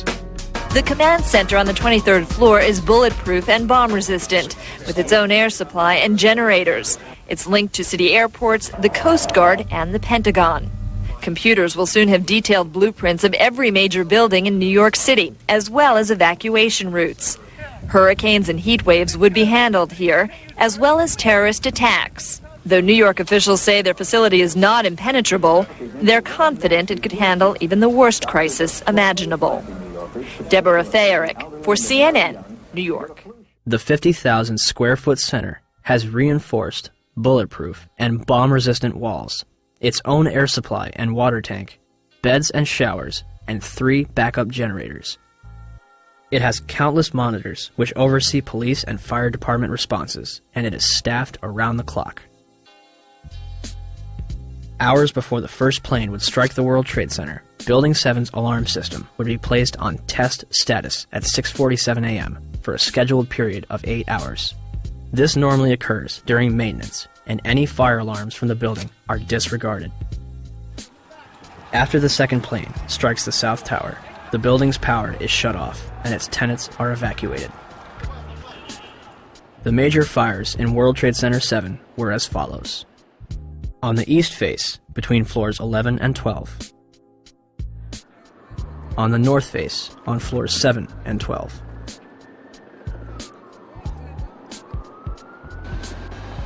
On the west face, between floors 29 and 30. Smoke obscures the entire south face of the building.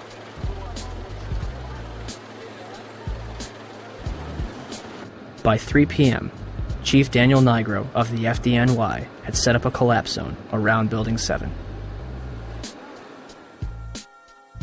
After 4 p.m., news outlets began reporting that the building had collapsed. We are getting information now that one of the other buildings, Building 7 in the World Trade Center complex, is on fire and has either collapsed or is collapsing. We've got some news just coming in, actually, that the Salomon Brothers building in New York, right in the heart of Manhattan, has also collapsed. Now, more on the latest building collapse in New York. You might have heard a few moments ago I was talking about the Salomon Brothers building collapsing, and indeed it has. Apparently that's only a few hundred yards away from where the World Trade Center towers were. And it seems that this was not a result of a new attack. It was because the building had been weakened during this morning's attacks. We'll probably find out more now about that from our correspondent, Jane Stanley. Presumably there were very few people in the Salomon building when it collapsed. I mean, there were, I suppose, fears of possible further collapses around the area. That's what you would hope, because this whole downtown area behind me has been completely sealed off and evacuated, apart from the emergency workers. That was done by the mayor, Rudy Giuliani. Jane, I think many of us, when we heard the news, perhaps on the radio earlier today, were completely flabbergasted by it and just couldn't comprehend it. I mean, it almost sounded too far-fetched. I was wondering what it's felt like for you being in Manhattan.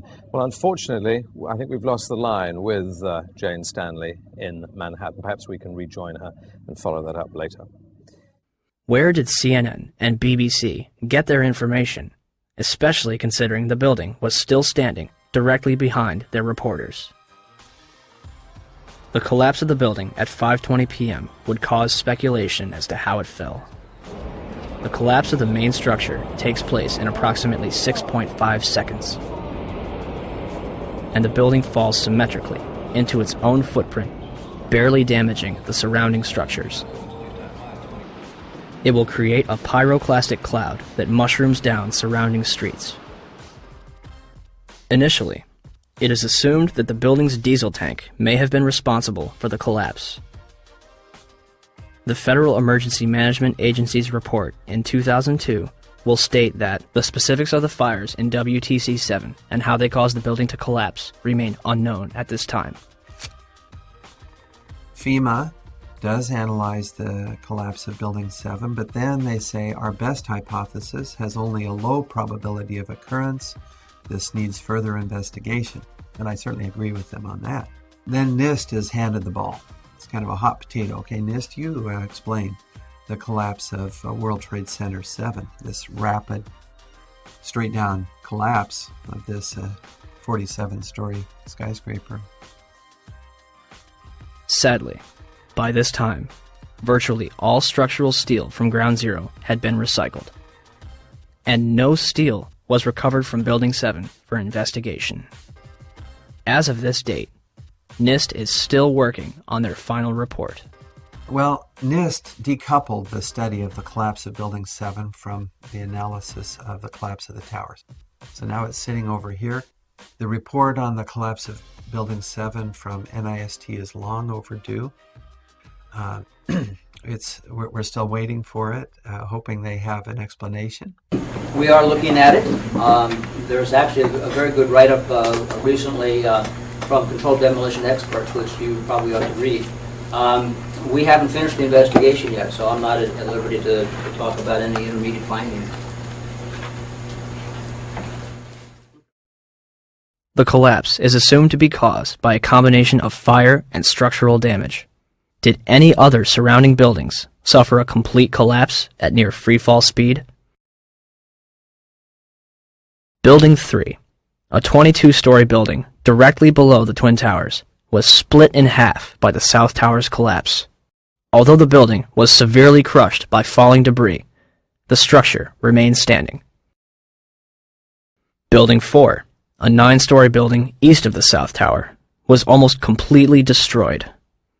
The remaining structure did not collapse. Building 5, a 9-story building east of the North Tower, suffered from severe fires and structural damage. Building 6, an 8-story building between the North Tower and Building 7, suffered a giant gouge in its roof and severe fires.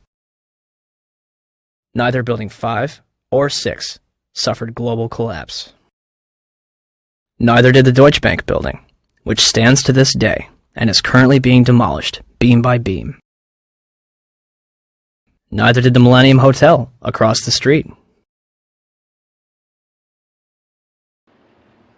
Building 7 burns over a number of floors and suffers structural damage to its south face before collapsing completely to the ground. Did anything occur inside the building that might cause a collapse? We started walking down the stairs. We made it to the 8th floor. Big explosion. Blew us back into the 8th floor. And I turned to Hesh. I said, this is it. We're dead. We're not going to make it out of here. And we have Frank Uciardo back on the phone with us, Brenda, with some New York City officials. Frank, go ahead. That's right. I'm standing here right now just off Broadway by City Hall with Michael Hess, who is the city's corporation counsel. Mr. Hess, you were trapped in, I believe, 7 World Trade Center. Go ahead, sir. Yes, I was. I was up in the emergency management center on the 23rd floor, and when all the power went out in the building, another gentleman and I walked down to the 8th floor where there was an explosion, and we've been trapped on the 8th floor with smoke, thick smoke all around us for about an hour and a half. But the New York Fire Department, as terrific as they are, just came and got us out. Their experience is mentioned by NIST's interim report on Building 7. However, the authors claim it is the collapse of the North Tower. The glass on the ground floor was not even blown out. Would debris and smoke rushing up the stairway be described as an explosion? So, we have a 47-story steel-framed skyscraper, which housed various government agencies and numerous important documents, damaged less than the other World Trade Center buildings. At 5:20 p.m., all structural elements inside Building 7 simultaneously fail, and it collapses symmetrically, imploding into a pile of rubble. This building had 81 columns, 24 core and 57 perimeter, running from the basement to the roof. For the building to have collapsed the way it did, all 81 of these columns had to collapse simultaneously. Could fires on a few floors have heated up all these columns to the breaking point at the same time? Let's ask the 9/11 Commission. Governor Keane, may I ask another question, please? At 5:20 p.m. on September 11th, World Trade Center building number 7, 47-story modern frame steel skyscraper that no plane hit, collapsed into a neat little pile onto itself and exhibiting all the characteristics of controlled demolition. FEMA, in their investigation, didn't say that. They said that fire must have knocked it down, but they couldn't figure out how. Video evidence shows what appears to be explosive squids going up the side of the building from south to north or from bottom to top as the building collapsed. There was molten metal found in the basement of that building at temperatures that exceeded anything normal fire could cause.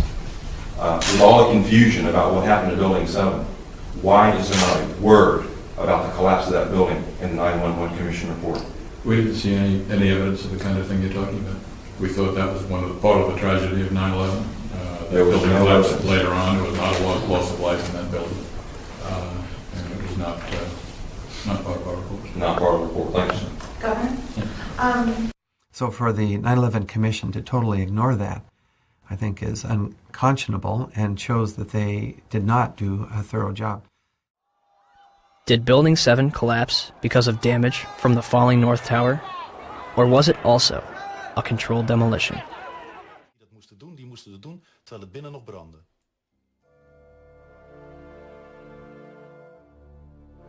Ja, dat is vreemd. Dat is vreemd. De reactie op de beelden die we laten zien is onbevangen.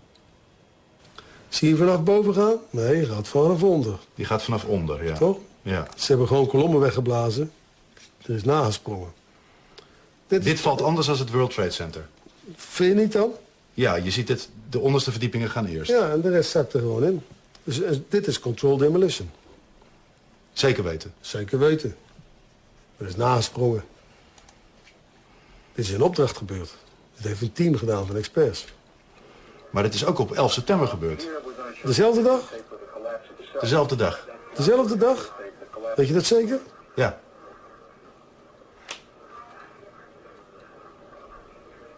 Was het zeker weten de 11e? Totaal geen waar zijn. 7 uur nadat de World Trade Center naar beneden viel. Ja? Hebben ze hard gewerkt.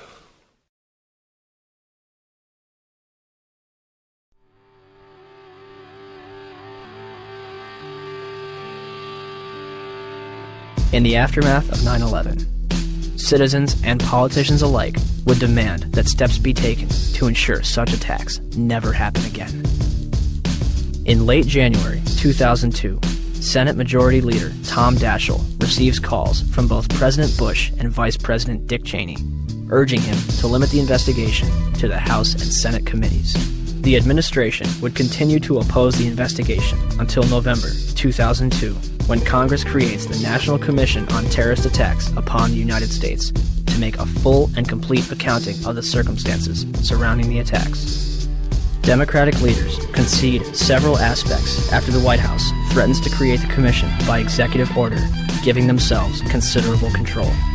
President Bush officially signs it into law November 27, 2002, and names Henry Kissinger as chairman of the 9/11 Commission. The Chicago Tribune puts it best. Kissinger is known more for keeping secrets from the American public than telling the truth. On December 13, 2002, Kissinger resigns from the 9/11 Commission, due mostly to a congressional demand that he disclose his private business clients. It would later be revealed that Kissinger was the chief advisor to the Bush administration regarding the Iraq War, a lie which has now cost more American lives than 9/11 itself. Thomas Kean and Lee Hamilton are named as chairman and vice chairman of the 9/11 Commission. By December 16, 2002, the 10 initial members of the 9/11 Commission have been appointed. Onto the stage.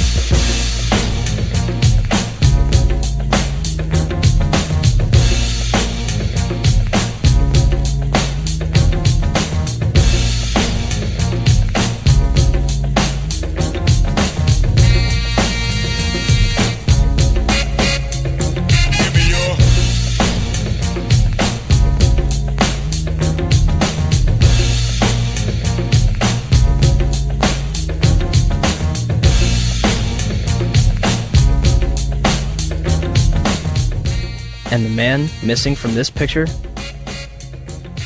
Philip Zelikow, Executive Director. He would shape both the commission and its final report.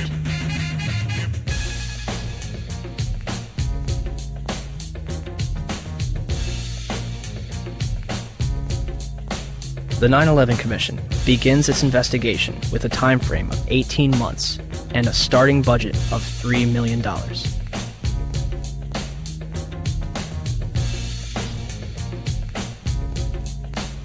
January 27, 2003. The 9/11 Commission holds its first hearing in Washington, D.C. Vice Chairman Lee Hamilton will claim a few days later, "We're not interested in trying to assess blame.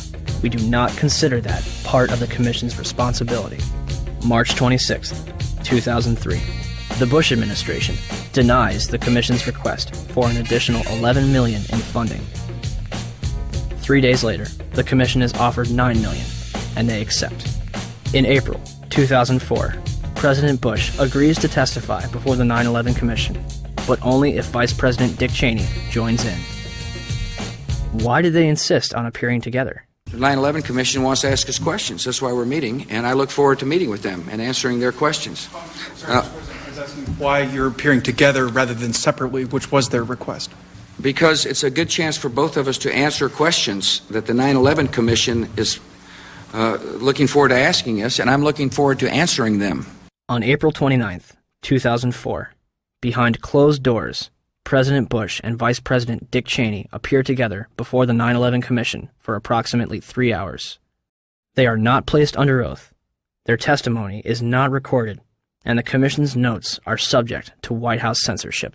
Mr. President, as you know, a lot of critics suggested that you wanted to appear jointly with the Vice President so that you two could keep your story straight or something. Yeah. Could you tell us what you think of the value of appearing together and how you would answer those critics? Yeah, first of all, look, I mean, if we had something to hide, we wouldn't have met with them in the first place. I came away good about the session. I think they found it to be useful. Yeah, Adam. Mr. President, Yes. don't you think that the families deserve to have a transcript or to be able to see what you Adam, said? you asked me that question yesterday. I got the same answer, yeah. May 19, 2004, Rudolph Giuliani testifies before the 9/11 Commission. We will now hear from our first witness, The very distinguished former mayor of New York City, Rudy Giuliani. Mayor Giuliani, would you please rise and raise your right hand so I can place you under oath? And the fact that so many of them interpreted it that way kept a much calmer situation and a much better evacuation. These people.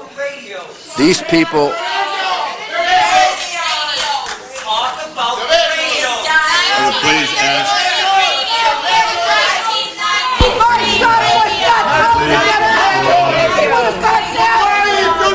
My son was murdered!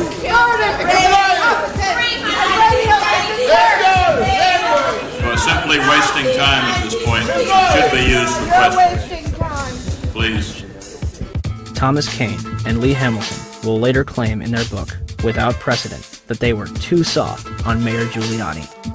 One of the questions they failed to ask was who warned him that the South Tower was going to collapse.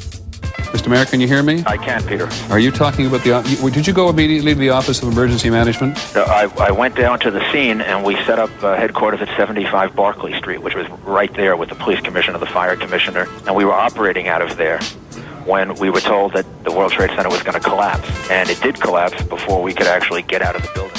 Who didn't warn everyone in the building? I admire that greatly, and I think that may dead. Very well be one of the reasons for your leadership and your cooperation with this committee. 2 minutes to rebut him. Let's ask the real question.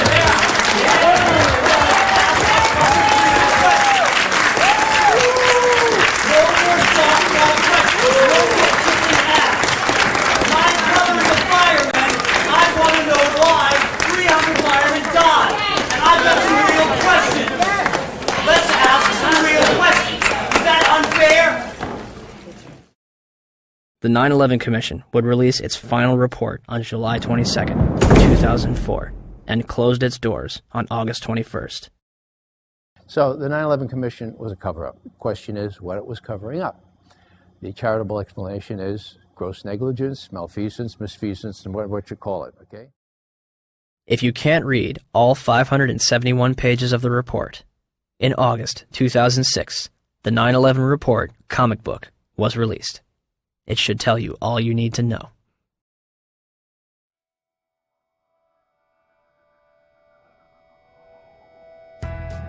On the morning of September 11th, 19 Arabs boarded 4 commercial airliners at 3 different airports and crashed them into the World Trade Center and the Pentagon, with 0 military intervention. Or, we have been and continue to be lied to about the events of September 11th, and that elements within the United States government and mainstream media continue to cover up the truth. These are the same people that lied about weapons of mass destruction. They endorsed a lie that's killed several 100,000 innocent people overseas. Could they also endorse a lie that killed almost 3,000 innocent people in our own country? Our entire foreign and domestic policy has been based upon the events of September 11th.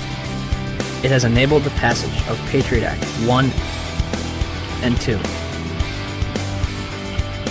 established the Department of Homeland Security, facilitated the invasions of Afghanistan and Iraq, and used to pass the Military Commissions Act, which officially ended habeas corpus. Habeas corpus in Latin means you have the body. It's a provision in the law where no one can just scoop up someone, put them in a black hole, and keep them there without that person having the right to appeal to a court and say, you have the body, now what do you charge this person with, and what redress does he or she have? As well as domestic surveillance, all in the name of fighting terrorism. And who ends up paying for all this? You do. Your children do. When President Bush entered office, he inherited a $284 billion surplus. His administration is now responsible for 4 out of the top 5 deficits in history. The 5th place belongs to his father. As of November 2nd, 2005, the Bush administration had borrowed more from foreign nations than all previous administrations combined. From 1776 to 2000, 42 presidents borrowed a total of $1.01 trillion from foreign governments and institutions. From 2001 to 2005, the Bush administration alone borrowed $1.05 trillion. Where does this money go? The government designed by the people, for the people, has turned its back on us. Or have we turned our backs on it? They spy on us. They torture and imprison innocent civilians. Ask yourself, what's happening? Where are we headed? And would we be here today without 9/11? Will somebody please tell us who's in charge? We need order. We can't stand this new world slaughter. It reeks of oil seats and bloody handshakes. U.S. interests and war profiteers. Our life is here in the belly of the beast. Where thieves kill the innocent and pray for peace. Slaughter for the chief commander. So we're at the White House steps, demanding answers, but they don't got none. We've got few choices: protest or pick up shotguns. We're so stressed, we know the watcher might arrest us. So with the key for talking, and we ain't made no death threats. Feds upset, so our phones infested. Think John Lennon resurrected, speaking truth to power till we have no breath left. We say no more, we're gonna fight back. We want the truth out, we want our rights back. Loose change, changes loose, no stopping now. Changes loose, no stopping now. We say no more, we're gonna fight back. We want the truth out, we want our rights back. Loose change, changes loose, no stopping now. Changes loose, no stopping now. We keep our mouths and minds open, hoping we can change the world. Media blackout, still we don't act out. We've been civilized despite the killing. You call yourselves patriots, label us villains. My comrades and nomads that are born free, think it's rich kids, poor kids, lawyers and teachers. Dads, moms, past war veterans, peddling the truth. We ain't settling, the proof is clear as Watergate. You got a lot of hate trying to charm us with a plot of hate. What are you, an asshole? Your war's illegal, your cause is evil. You're born people as written, that's for the sequel. You're a sicko psycho, we've seen the proof. You can't intimidate the world from delivering truth. We're bigger than you, 40 million plus. Your guns ain't big enough to make us hush. We say no more, we're gonna fight back. We want the truth out, we want our rights back. Loose change, changes loose, no stopping now. Changes loose, no stopping now. We say no more, we're gonna fight back. We want the truth out, we want our rights back. Loose change, changes loose, no stopping now. Changes loose, no stopping now. We do this for the lives lost, devoured by evil, for the sake of the memory of innocent people, engulfed by the gluttony of hooligans who leave the world in ruins. Men here to do us in, but there's just a few of them and more of us. We warriors on the quest for justice. We crush the lies, trust only the facts. Just open your eyes. Who really attacked my feelings exactly? Facts be lacking on the hijacking, synchronized war games, facilitated plane crashes. And they wonder why we keep asking questions. Am I lesson, lady liberty, like it's a profession? So here we are, the infantry. We the people simply need to start a revolution of our minds, and eventually the crime of the century will finally be solved. Until then, we stand tall and say no more. We're gonna fight back. We want the truth out, we want our rights back. Loose change, changes loose, no stopping now. Changes loose, no stopping now. We say no more, we're gonna fight back. We want the truth out, we want our rights back.